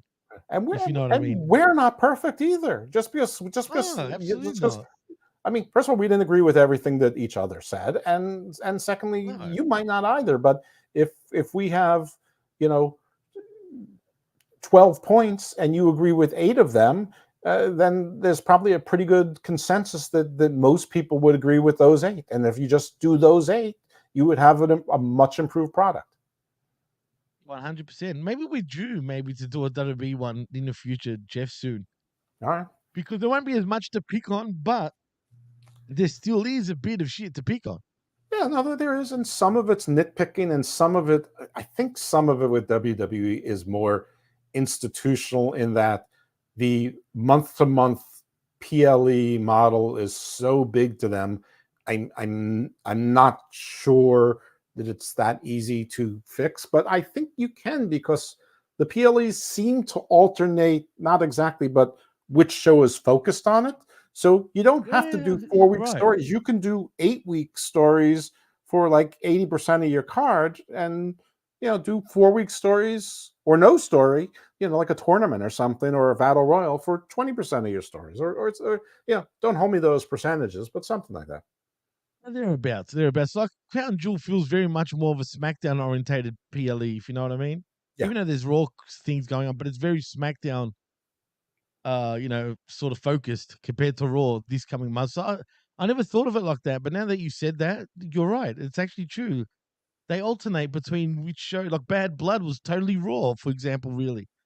You Right. know what I mean? Yeah, Compared like to, 4 of the matches are more Raw centric, and one of them is more SmackDown, or vice versa. And so, I mean, if you know that, you can plan accordingly. And well, that's not to that's a say good that they point. haven't. I mean, the McIntyre Punk story was 10 months. It was a thing of beauty. I mean, so they can do it. They're just focusing on some of their top line stuff, and and some of the other ones. I mean, Orton, Owens, and all that. I mean, they're doing sort of, the LA Knight one is getting there. I don't. They can do it. It's just they haven't worked their way to doing it up and down the entire card yet. Yeah, that's true. Look, and it's baby steps. They'll get there eventually. WWE always eventually get there. Maybe they just got too much on their plate. Plus, Maybe. going from 3 to 2 hours at the moment has affected him. I'm not going to lie. Feels like Raw. And he's going to sound ridiculous, but I haven't had a two. I haven't seen the 2 hour Raw yet. That's actually been better than the last few 3 hour Raws. Believe it or not. I know it sounds I've weird. liked them a lot better than I'll take Really, 2 hours. last week's Yeah, was good. Last week was actually quite a good show. The week before that just had no energy. you're right. I mean, last week was actually exceptionally good. I don't know. I think some of it's because it's Monday Night Football season. They're sort of like, F it. We're coasting till Royal Rumble anyway, and then the NFL's over, and then we're going WrestleMania season. But I think that's like, but anyway. I think both Raw and SmackDown are going to end up being both 3 hours again. So Oh no, not 2 shows, 3 hours. The SmackDown rumor is very strong that it's going to become 3 hours, but Raw, it's almost confirmed that it's going to be 3 hours again. They're not. I am Trust me, folks. really, It's only right. I'm What are you really saying? interested to see when SmackDown is on USA Friday nights and Fox Friday night is the UFL football game. If What, head to SmackDown beats head? the UFL, What's the average for UFL when it comes to their ratings? well, they have Usually, a lot of day games, and they also like simulcast certain games opposite. But when they were on prime time on a network, Fox or ABC, they would do right? like 1-3, 1-4, sometimes cracking 1-5. Oh, that's pretty Now good, during the man, for day, second-rate football. yeah, their day games would do like NXT, old Dynamite numbers, like sort of like 600 to 950,000, sometimes cracking a million. But So now they've got a lot more interest in the actual, league. well, Fox owns half the league, but part of Okay, their Friday night lineup on Fox is all sports, live sports. But the interesting thing is, The Rock is involved in the Bloodline, which is SmackDown, and The Rock right. owns part of the UFL. Yeah. He's one of the lead investors in the group that owns the other half of it. So we'll see. It'll be interesting because it's sort of like, it's sort of bloodline versus bloodline. Yeah, no, it's On interesting, TV. definitely. I think I think they'll go back and forth. I think WWE will win most times, but I don't know. That's interesting. I think WWE will still get them, but it'll be Yeah, kind of head to head, back and forth. I'm sort of pulling for it because I mean, I hope they both do well, because I mean, I have a UFL podcast with my Yeah, oldest son called the with your Lippmen on son. the That's right. UFL, and so That's true. it's only the second season for the UFL, in this iteration. So I mean, I'm hoping that it grows and does well, because hopefully that podcast can take off. And I ask, how many XFL teams are there in the league since the merger? XFL teams. Yeah, like original XFL teams that came from the XFL side of things. All right. Well, both the USFL and the XFL folded. They are now, those are the two Well, divisions in the yeah, UFL. There's they only there's folded, but they're the one then there was a thing draft. now, like Yeah, technically. but both leagues had like 8 to 10 teams. The UFL only has 8 teams right now. They're talking about And how expansion, many but does it's the not the case. XFL side? They each have 4 teams, and each division has 4 teams. Oh, really? So eight all up. The whole Mhm. wow, that's small, dude. They do need more teams. Absolutely need more teams. Well, it's nobody. I mean, only St. Louis sells a significant amount of tickets, like 30, 40,000 tickets. Yeah. DC is like second. It's like 10 or 11,000 tickets, so nobody else sells tickets, and so maybe with the prime time exposure, they'll do that. And yeah, I mean, there are plenty of cities that want it, and the league wants to expand, but they don't have private owners. They're not franchised. The league owns all the teams. The league hires all the coaches. Oh, They that's all stupid. the preseason is all in Arlington, Texas. All the teams are like, they're right there, able to scout each other. They're all in the same office.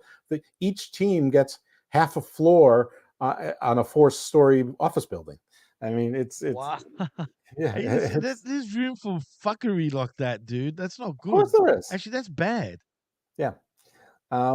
So there's obviously room for growth, but they're not going to overexpand. They're, I guess they want to make their money back. And not their ads were being sold for like $4,700 for 30-second spots. They sold out, but a couple of years ago, SmackDown was like $36,000 or $54,000 for a 30-second spot. I think depending on the year or the hour.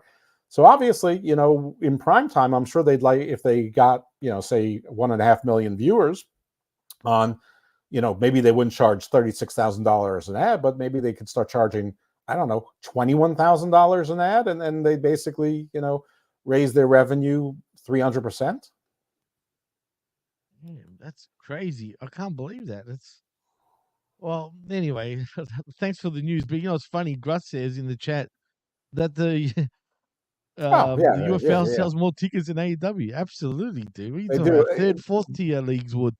Except they're in football stadiums. So if you only have like 6,000 or 8,000 people there, it looks just as bad as like, your typical Collision where there's $1,700 tickets distributed and 1,100 people are there. 12,000 venue seat or seat arena. Anyway, where are we in this show? We just finished up with the Nia Jax and Naomi victory stuff. How to see how we always veer away. Anyway, you're right. So where were we? We're at the Cody Rhodes, remember, and Gunther spot. Whereas Gunther asks, "What he wants to talk about?" Funny enough. Yeah, I don't care about it. Just skip it. There was only one interesting thing here is that Cody mentioned his brother. Look at you. He's not mentioning him a lot lately, not under actually, contract. So that's a little bit interesting. It's only about time where the golden one in Gold Dust does come back. I can see it, dude. It's about that time, to go full circle and retire in WWE, and then off to the Hall of Fame he goes. You know what I mean? Only makes sense. Yeah, I mean, maybe. Come on. Why would he want to retire in AEW? Anyway, so you just want me to skip past this? Basically, blood money shenanigans and just bullshit. And it went for a lot longer than it should have, to be honest. But yeah, this is talking. Basically, Cody's saying, "I'm professional. This is important to me. I'm professional. This is important to me." And then Kaiser attacked Cody, and Gunther attacked Cody, and then Randy Orton made the save. Yay! And just quietly, Cody's also built on guts. Just he likes to say. Anyway, so yeah, that was just about it. Just the same old, rhetoric, pretty much. But anyway, as we come back from commercial, though, after that little segment, or big segment, shall I say, we see Nick Aldis and Adam Pearce have the women's tag division together to inform Bianca Belair and Jade Cargill. Someone else was there. NXT GM Ava. I mean, well, you could say, but she was there. Hold on. She has been there for the last few weeks in a way, too. Like, what's going on? Because, first of all, the women's tag team titles are defended across all 3 brands, and there is an NXT tag team that's involved in this. Jakara Jackson and Lash Legend. Are they NXT? Yes, they are. Be on the main roster now? Listen, they just faced the Kabuki Warriors this week on NXT, but Piper and Chelsea involved themselves. So those 3 teams and the champions were all summoned together by the 3 GMs, and the problem is solved. They're going to settle their differences at Crown Jewel in a fatal 4-way title match. And Bianca and Jade had big smiles on their face. Chelsea Green was no. And Jakara and Lash looked like they were for it, and the Kabuki Warriors, they're up for anything. Like the metaphor tag including team right now. meeting me at Fogo de Chao. Ooh, you get one of these ones, Jeff. Listen, I only need Kyrie Sane. Everyone's clapping for you, man. I got a big Kyrie Sane. Anyway, we get me Ugh, started on why are that. you ughing that? Because I love this freaking. Let's just say if I was to choose another room, I would take Kyrie Sane and Jakara Jackson. It wouldn't be Kyrie Sane and Io Sky as my threesome. Yeah, because they're too small together in a way, but they kick ass. Don't get me wrong. No. I mean, it's more than size. That's my personal tastes. Well, speaking of size, this my friend is a sizeless match because it's DIY in Johnny Gargano and Tommaso. Don't call him small Champa versus the mini me's in Motor City Machine Guns. Brat. I mean, you can't get any smaller than these four, dude. It'd be hard. They hit hard, apparently, indeed. And this match bored the hell out of me. I'm not going to lie. I didn't really care about it. It just seemed slow, actually. Yeah, and it was supposed to be the whole thing. It was supposed to be fast, and these guys were supposed to work awesome together. That's the whole point. What was going on? Nothing. Nothing at all. Listen, I'm happy for them. Great, swell. I guess this is how you make a team without hurting, the other important team in there. And DIY took a loss, and they're not important. They should take losses. So they're lucky they have jobs as a team. That said, I think Tommaso Ciampa, he could be in the main roster with someone like him and Bronson Reed would be an interesting team. But that's neither here nor there for the time being. But interesting. Yeah, or he could join if they're on SmackDown. He can join Baron Corbin and Apollo Crews and see if that sort of works.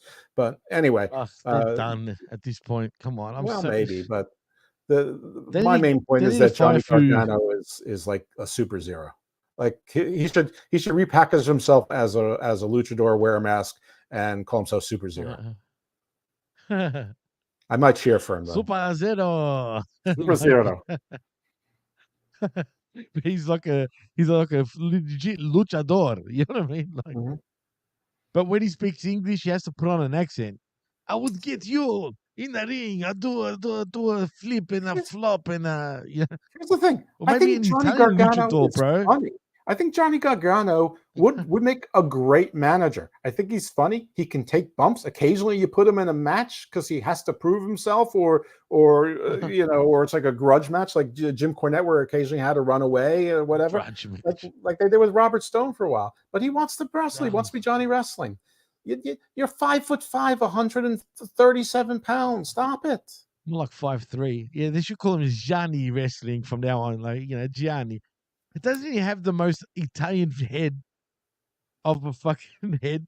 His head looks so Italian. So does Ciampa, don't get me wrong. But Gargano, my God, he should be like an Italian luchador. You know what I mean? Say, hey, what do we have here? Pretty okay with Tony D'Angelo having a pretty Italian head. I don't know. Disco Inferno's got about the most Italian head I could think of. Oh, fuck yes. Yeah, he's got a big Italian head. Absolutely. Big Vito. Absolutely. Russo. Oh, my God. Russo, bro. Shout out to Vinny Rue, by the way. ChannelAttitude.com. Did you see him getting into that yelling match with Phil Mushnick on the my God, dude. I was cringing, but at the same time, I love that he did that, man. I was proud of him.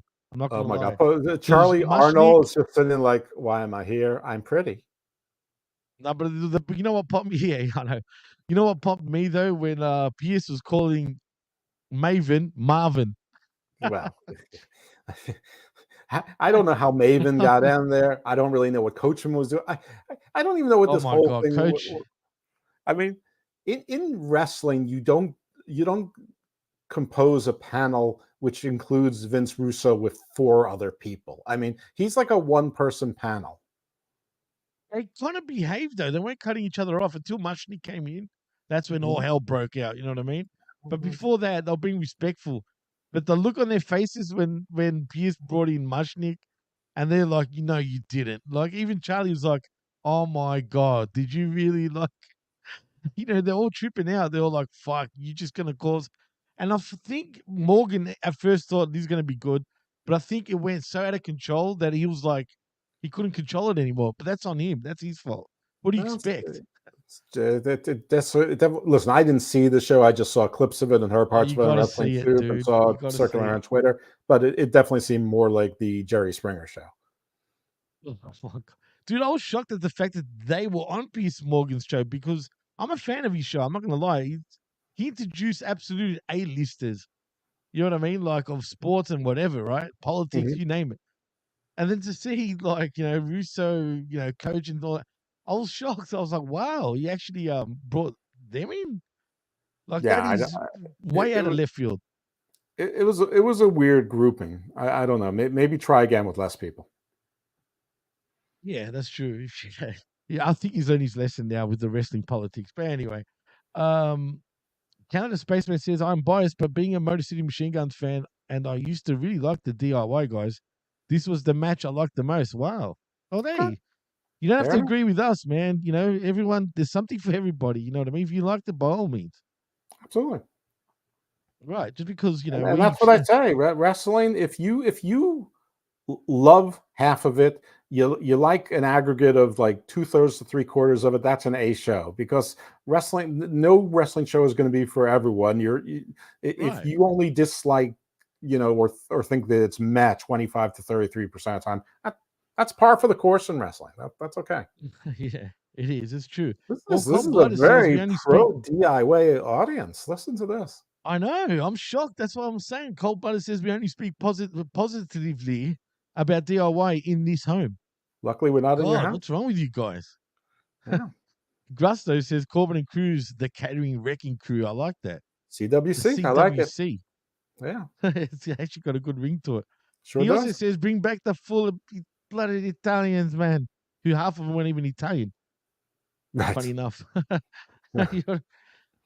Even friggin' give us Cornette, Russo, and Tony. Oh my god! Oh, please. Imagine Russo, Cornette, and Tony Khan on the show, mate. Tony Khan will be crying by the end of this. They won't I'm agree to telling go on you. the same show anyway. Nah, he hates their guts, or particularly Russo. Anyway. Yeah. But anyway, yeah, like I was saying, it was DIY versus the Motor City Machine Guns for your WWE Tag Team Championship #1 contenders match.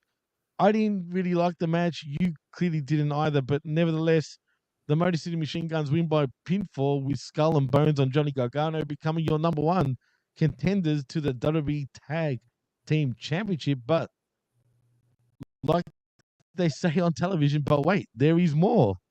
Because after the commercial and seeing what time the match ended, you knew there was going to be something else going on. But we would have just assumed bloodline stuff, right? You wouldn't have thought another tag team, impromptu tag team match for the belts, no less. But that's what we got because we see Nick Aldis in the ring with the bloodline and Motor City Machine Guns to warn them against trying anything. Solo Sikoa says it's all good. They're not here to fight tonight. He just wanted to come out and introduce himself to the #1 contenders. Chris Sabin says it's an honor to meet Mr. Tribal Chief and introduces himself as Shelley and says they're always ready to take those titles any place, anytime. Sikoa thinks that's funny and pitches a title match right now. Aldous then steps in and says he's not going to let MG get a title match at anything less than 100%. But Alex Shelley steps up and says, no, no, no, no, no. The tag titles are that important. He wants to do it right here, right now. And doesn't that remind you of a Van Halen song, actually? Right here, It sure does. right now. But Mm-hmm. anyway, it also reminds me of another song. But next thing you know, we see Gorillas of Destiny, Tamatonga and Tangaloa, your champions, versus Motor City Machine Guns in Alex Shelley and Chris Sabin for the WWE Tag Team Championship. And to my shock, I mean, where do we go? I mean, there's a whole bunch of shit going on in this match. We see, the crowd's chanting for OTC. Of course, they get what they want because we see Roman, we see Jimmy, and then we see a ninja. Literally a ninja. in A a yeet costume we've never ninja. seen before. Right, exactly. A yeeting ninja. I don't know why he's hiding when everybody knew who it was. I mean, Jesus Christ. Like Mm-hmm. everyone's yeeting off their yeets. And man, that super kick to who was it that was holding the chair? Oh, I think it was Tangaloa, Mm-hmm. where he super kicked him right in the head, but it just looked good. It was exciting. Look, I love the finish. I'm not gonna lie, I Yeah, hated it's it fun. initially, Because why should the Motor City Machine Guns be your champions right now? Like already, I don't like that. I actually don't agree with them being champions right now, the way they did it. But I like the finish, like the way everything went down was cool. I'm okay with It it. made Just sense. one, they're older guys. They've always done things the right way. I don't think anyone has a bad thing to say about them. Listen, they're little. I don't like little I don't wrestlers. like Fine. Saban. I can't stand Saban. I was a fan of Motor City Machine Guns, but I'm more of a Shelley guy than a Saban guy. It's all fine. But I'm okay with them being the champions because one, not everyone in WWE knows or cares about them. Now you made them. Now you made them important. And the way Dude, you did it is they didn't really beat the Gorillas of Destiny.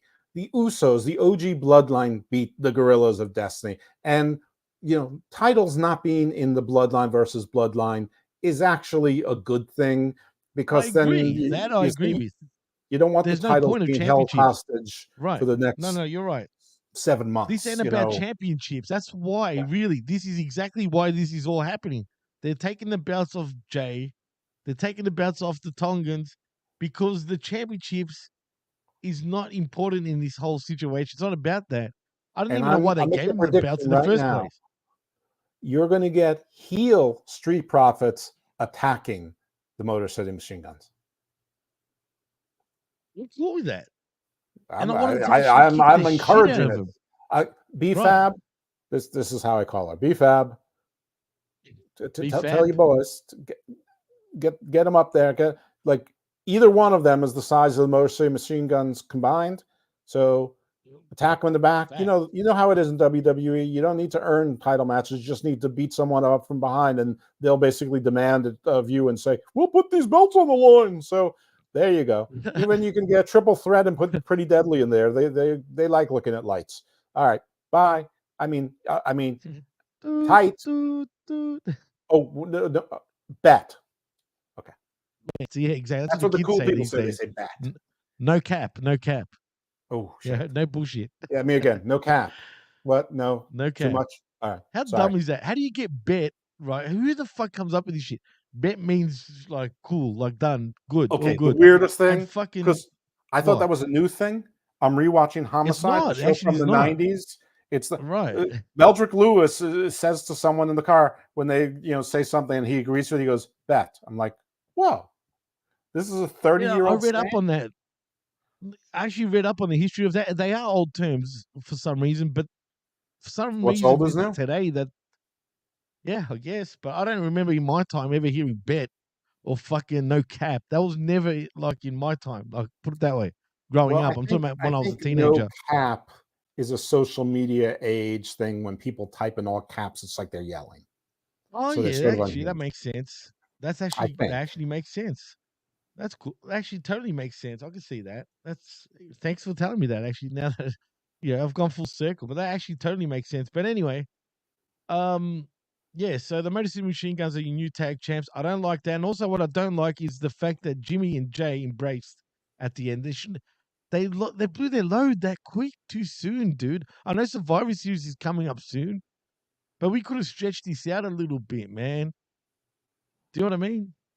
I guess, but I mean, Survivor Series is next month, so if you're going to go to war, so a lot of things in this bloodline story take a long time, but there are certain times where things just gel. I mean, they still have to give you a fourth person, and there's people. Obviously the obvious Zayn, choice dude. is Sami Zayn. Some people think Hikuleo, but I think that they sent him to NXT for a reason. There are even people speculating that Jacob Fatu in the interim is going to turn on Solo. No, he may do that after they lose Survivor Series, but yeah, I mean, I see Solo being part of the crew again too. The Tongans are playing the Samoans right now. It's obvious because there's been times where you see them looking at each other. Right, you know what I mean? And that's why Paul Heyman said 2 years ago we're in the bottom of the third. And then maybe he was full of shit, maybe he knew it, but they got enough Samoans, Tongans, Fijians, Hawaiians, whatever that they Guamians that they can bring Borneans, whatever they can bring. They can keep this thing going, forever. Could you get Bronson Reed, say for example, being part of this in the future because Listen, you know that when we were doing shows, I was saying bring Bronson Reed no, we in were as a saying that thumper, basically the absolutely right. enforcer. But I mean, but he could never talk, and he's already ruined that by talking. But Bronson Reed That's the somehow problem, is a little bit over now. So, right? so remember I was It's all saying, right. Zion Quinn and Bronson Reed should be like their booba Oh, that's too security. late. Yeah, He's gone well, now, as in he's Quinn. been gone Poor for a guy. He's gone year, silent. right? Right. But I know. Quick already. Yeah, goddamn. And I haven't heard shit about him. me either. Of course, I don't know his real name, so I wouldn't know the difference. Like maybe he's being cast as the new Namor. I don't know, but whatever. No, his last You name's know, Vidal. Vidal. all right. Well, you can look into it, and we'll talk about it next time. All right. So, but I like the end of the show, and I have no problem with the speed of it. I have no problem with what happened with the Motor City Machine Guns, and I'm not like I recognize their importance in the industry, and I would say that they're one of the most influential tag teams of the last 20 or of the 21st century. Just to keep it simple. But that Oh, that's doesn't, true. but I'm not a fan. I'm not a fan. I'm a minor league fan. I'm not a major league fan, but it's fine. It is exactly fine. Well, Cold Blooded says before we do go, he says, I think the team will be Roman, Jimmy, Jay, and the Machine Guns. Not the Machine Guns. Yeah. I just don't see that, but that's just me. Versus the No. Bloodline with the Maga's son added. No. Yeah, Machine Guns. First of all, Zilla has a ways to go. Secondly, no, it's Strider Bloodline will come versus back. Bloodline. It's not gonna. I think he's joking now. It's not going to be. No, he's not. Oh, okay. Believe me, he's not. They took the titles. They took the IC title and the tag team titles away from Bloodline and OG Bloodline members for a reason. And the Machine Guns they have other tag teams, hence, and you may even see Baron Corbin and Apollo Crews and Andrade and Carmelo Hayes put together. And you may even see Andrade and Carmelo Hayes win a bracket of a tournament, and then some MacGuffin happens with the Street Profits, and then you get a triple throat the Street Profits, that team, and the Machine Guns. Listen, whatever I just said, as however far-fetched it seems, is more likely than the Machine Guns being in a program with the Bloodline and the Usos. That 100%. Sorry, Cold-Blooded man. I just don't see. Why would Roman want to? I mean, think about it. Yeah, it just doesn't look right, dude. It just wouldn't look right. They've got no place in this feud. Just because they got involved with this shit and them winning the tag championships doesn't mean they should be involved in the main, storyline. Their title is about the Ulafala and maybe the Rocks People's Champion at some point. It's about family. It's about family. That's right. And that's what matters most, man. It's about blood. Sami Zayn, he's like family. Place in the line. Your seat at the table. It's all there. It's all there, man. It's all there. And another thing I want to quickly touch on before we do go about Lillian Garcia being back, and maybe Bronson will start going after her like Mark. Interesting, Canada Space Man. That'll be interesting. Yeah. Before we go, what do you think about this whole Samantha? Irving, however you want to pronounce it, people pronounce it, either way. It's Irving, right? I agree. And Lillian Garcia situation. Now, I've heard from sources that she wants to sing, like everyone's heard, and that'll be not allowing her to sing. So, obviously they left on bad terms. She took off very abruptly, dude. You don't do business like that. You give your notice. You know what I mean? You don't just run away. I think she did give her notice, so abrupt. And I think the proof is the fact that Lillian Garcia was there. I mean, exactly, already. But I've heard Samantha Irvin sing, and she's not that good a singer. I mean, she's not a bad singer, but she's good, dude. She's a good singer, bro. I've heard people sing at weddings and churches that are just as good as her. Sorry, not sorry. And I know people think that she's hot and all that, but she's hot from the waist up, from the waist down. It's like it's a certain, some people like that, some people don't. I know what you're saying. I understand where you're coming from. That part I totally understand. She's got cankles. She's got cankles and thick knees. But people love him. She does. I get it. But a lot of people like this, apparently. I get it. That's in now. And listen, historically, it's been in before. Cankles they were into. It's just listen, whatever. She wanted to pursue a music career more full time, and they wanted her to work for them mostly full time. You know, I think them letting her sing on a couple of PLEs was sort of an olive branch to see if they could work things out last minute. But they obviously had Lillian Garcia, brought her back into the fold a little bit as a just in case. That was a plan B. I'm perfectly fine with Lillian Garcia being there, maybe to mentor someone else. The other one, what's her name? Alicia, she's fine. They have Mike Rome. I've never really particularly cared about who the ring announcer is. That doesn't it's not one of the things that bring back Schimmel. It's just not one of the things that's ever been important to me as a longtime wrestling fan. I wish Samantha Irvin the best. And do I think she's going to AEW? Of course I think she's going to AEW. So I think everyone's going to AEW. I do too. Why wouldn't they take all that money and have all that freedom? And, you know, I mean, Joey Numbers did a list of all the people trying to pursue music careers while in AEW, and he left out Soraya, who's working with her new boyfriend on it, but he named 10 or 11 of them. You know, I mean, it's ridiculous how many people that. Like Samoa Joe loses his title, instead of wanting the title back, he's filming Sweet Tooth season 2. Swerve loses his title, instead of coming back for the title, he's going to record a record. No one's ever going to listen to any of these records. Yeah, it doesn't go. Only John Cena is the only one that's a platinum recording artist that was actually a hip hop guy while part of WWE. Can you believe that? 6 times platinum that damn album went, dude. Can you believe that? I mean, I can, but it doesn't. That's but crazy. It's stupid. But I mean, Elias did have 4 Apple Music songs that were downloaded, but they're just singles, like 99 centers. But it still got 6 times platinum, dude. No, I'm talking about Elias. But oh yeah. I forget Elias. I mean, I get it, but listen, I think that Rap is Crap is and then the Honky Tonk Man are still the best wrestling songs. But it's original, dude. It wasn't just some bullshit. I mean, how funny and good was Rap is Crap? Because I hate rap. Yeah, and it was the bloody wrestlers singing it. Right, it was funny. It was good, any fuck's sake. Land of 1,000 Dances. That was a great video. I mean, against the No Limit Soldiers. Remember? Mm-hmm. Oh yeah, the No Limit Soldiers. I could have told you, soldier. Shut up. Oh, stupid. Terrible. It was stupid, man. But it was funny at the time. I mean, the fun times.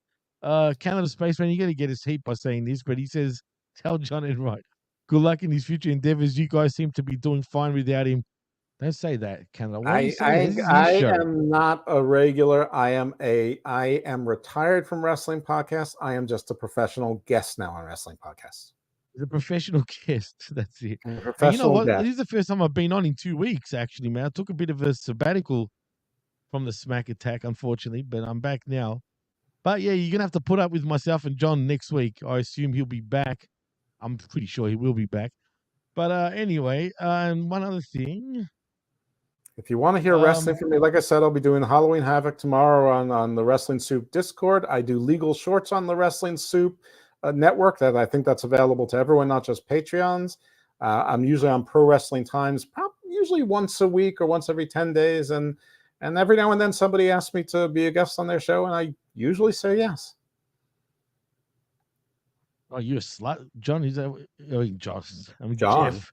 Is that what you're saying? John is definitely a slut. I'm an attention whore. There's a difference. I've never called you John, but because we brought up John, I guess that was on my mind. But anyway, is that what you're saying? You're easy to get, Jeff? I'm an attention whore, absolutely.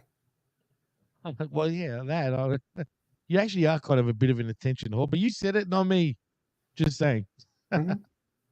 Yeah, Hulk did play in the fucking. Of course he did. Of course he did. Mm-hmm. With Metallica. He played the bass. Thank you, Cold Blooded. He played the bass, not the bass. So, Yeah, the bass, not the bass. He played a big fish. He doesn't know bass guitar. He knows bass. Right. That's right. He was cooking bass and catering. Yeah, he's a fish man. You know what I mean? Fish. All right, let's go. We're over 2 hours. Yeah, this is standard. This SmackATTACK normal time. Don't worry. I want to go. I'm not worried. I want to go. Well, tell them where they can find you. Oh, okay. Well, right there you see under my name there, at Dosevil on X, also at Icarus Fell on X. You can find me on Facebook. If you're a real person, I'll accept your friend request. And I talked about all the things I guessed upon, but I actually do have a podcast called Garden of Doom. We alluded to it before. There's the show art right there, done by Jimmy's better half. And with Garden of Doom comes 3 shows: Garden of the Doom, Garden Views, and God Presents Book of Black. Garden of Doom is occult, cryptids, ufology, history, esoterica, some pop culture, a lot of comparative mythology, just a lot of everything. And again, we have academics from archaeologists, anthropologists, mythologists, professors to people on the fringe, and and everything in between. Garden Views, similar type of variety, except it's legal business. But my most recent guest, Heat Train, Carrying Cross, John Hennigan, and Luchasaurus, How to Be Wrestlers. He's also a Hollywood guy. And God Presents Book of Black is Garden of Doom things spoken about with me and PJ Black / Justin Gabriel and his friends in and around wrestling. We've had Tyrus on, we've had Damian Sandow on, we've had Jimmy Jacobs on. Oh yeah, and the music can talk over it, so that's Sunday's show. If you subscribe to Garden of Doom, you get all 3 shows for the grand sum total of 0. That's okay. Well, if you want to follow me, you can. See, my camera just ran out of battery. Great timing. You can follow me on the Twitter at DJ Mass Effects and also at the PWC Network. Like and subscribe right here at the Hamin YouTube channel, the HMG YouTube channel, that is. And get us to that 1,000 subscriber mark, please. We need to get there. We're close. Keep sharing it. Keep liking it. And tell everybody, tell a friend, to tell an enemy, to tell your grandmother, whoever it is, just share it out there and get us to that 1,000 mark. Yeah, whoever. It doesn't matter. Even your cat, your dog, it doesn't matter. No cap. No cap over here. We don't talk cap. Right. Actually, we don't talk no cap. But anyway, the point is, go do that. Also, like and subscribe at the HMG Podbean site, where it's at hmg.podbean.com, HaminMediaGroup.podbean.com. For our affiliate shows, channelattitude.com. We need some Canadian spacemen. We need plural. True. That's a good point. We do need some Canadian spacemen, as a matter of fact. Lab rats. But also... all lab rodents. We need all the rodents. Oh, no. I don't know about them. Oh, yeah, lab rodents. Yeah, that'll do. I've worked at hospitals before in the past, and I've seen lab rodents. I'm not going to lie. It's not cool, man. And we need the Lippmans with 2 N's. And we need the Woodfords without the W capitalized. That was funny, though. Shout out to you, Scotty Woodford. You always make me laugh, bro. But anyway, where was I? Channelattitude.com, where $5 only do you get the best, but the realest talk in all of pro wrestling. And that's, I think, just about it. And remember to tune in every Tuesday mornings, 10 a.m. Eastern, for I Like It Raw with me and Big Ray Hernandez. Also tomorrow, though, where, after the collision, we sift through that wreckage, or actually the day after, because technically tomorrow's Saturday. So we get, collision every Saturdays. But yeah, me and the vet, Sunday mornings, 11 a.m. Eastern, for that wreckage. Check it out there. And also, of course, his very show, the Smack Attack, with myself and John Enright. Or it could be Jeff Lippman, who knows? But tune in next week to find out. So in saying that, I am Jimmy T. That is Dr. Jeff Lippman. And you've been listening and watching the Smack Attack right here on Hamin Media Group via channelattitude.com after the fact. And we're out. Peace. Stay evil, my friends.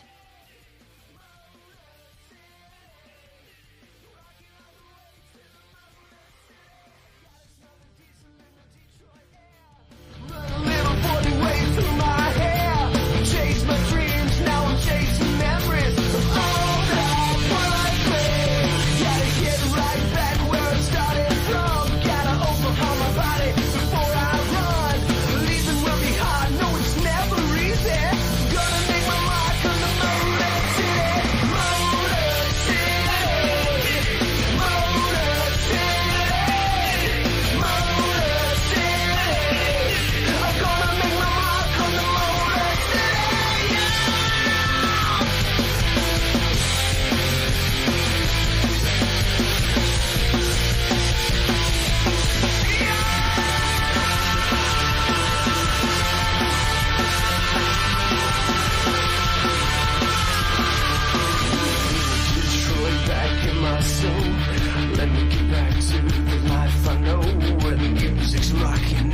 girls are pretty.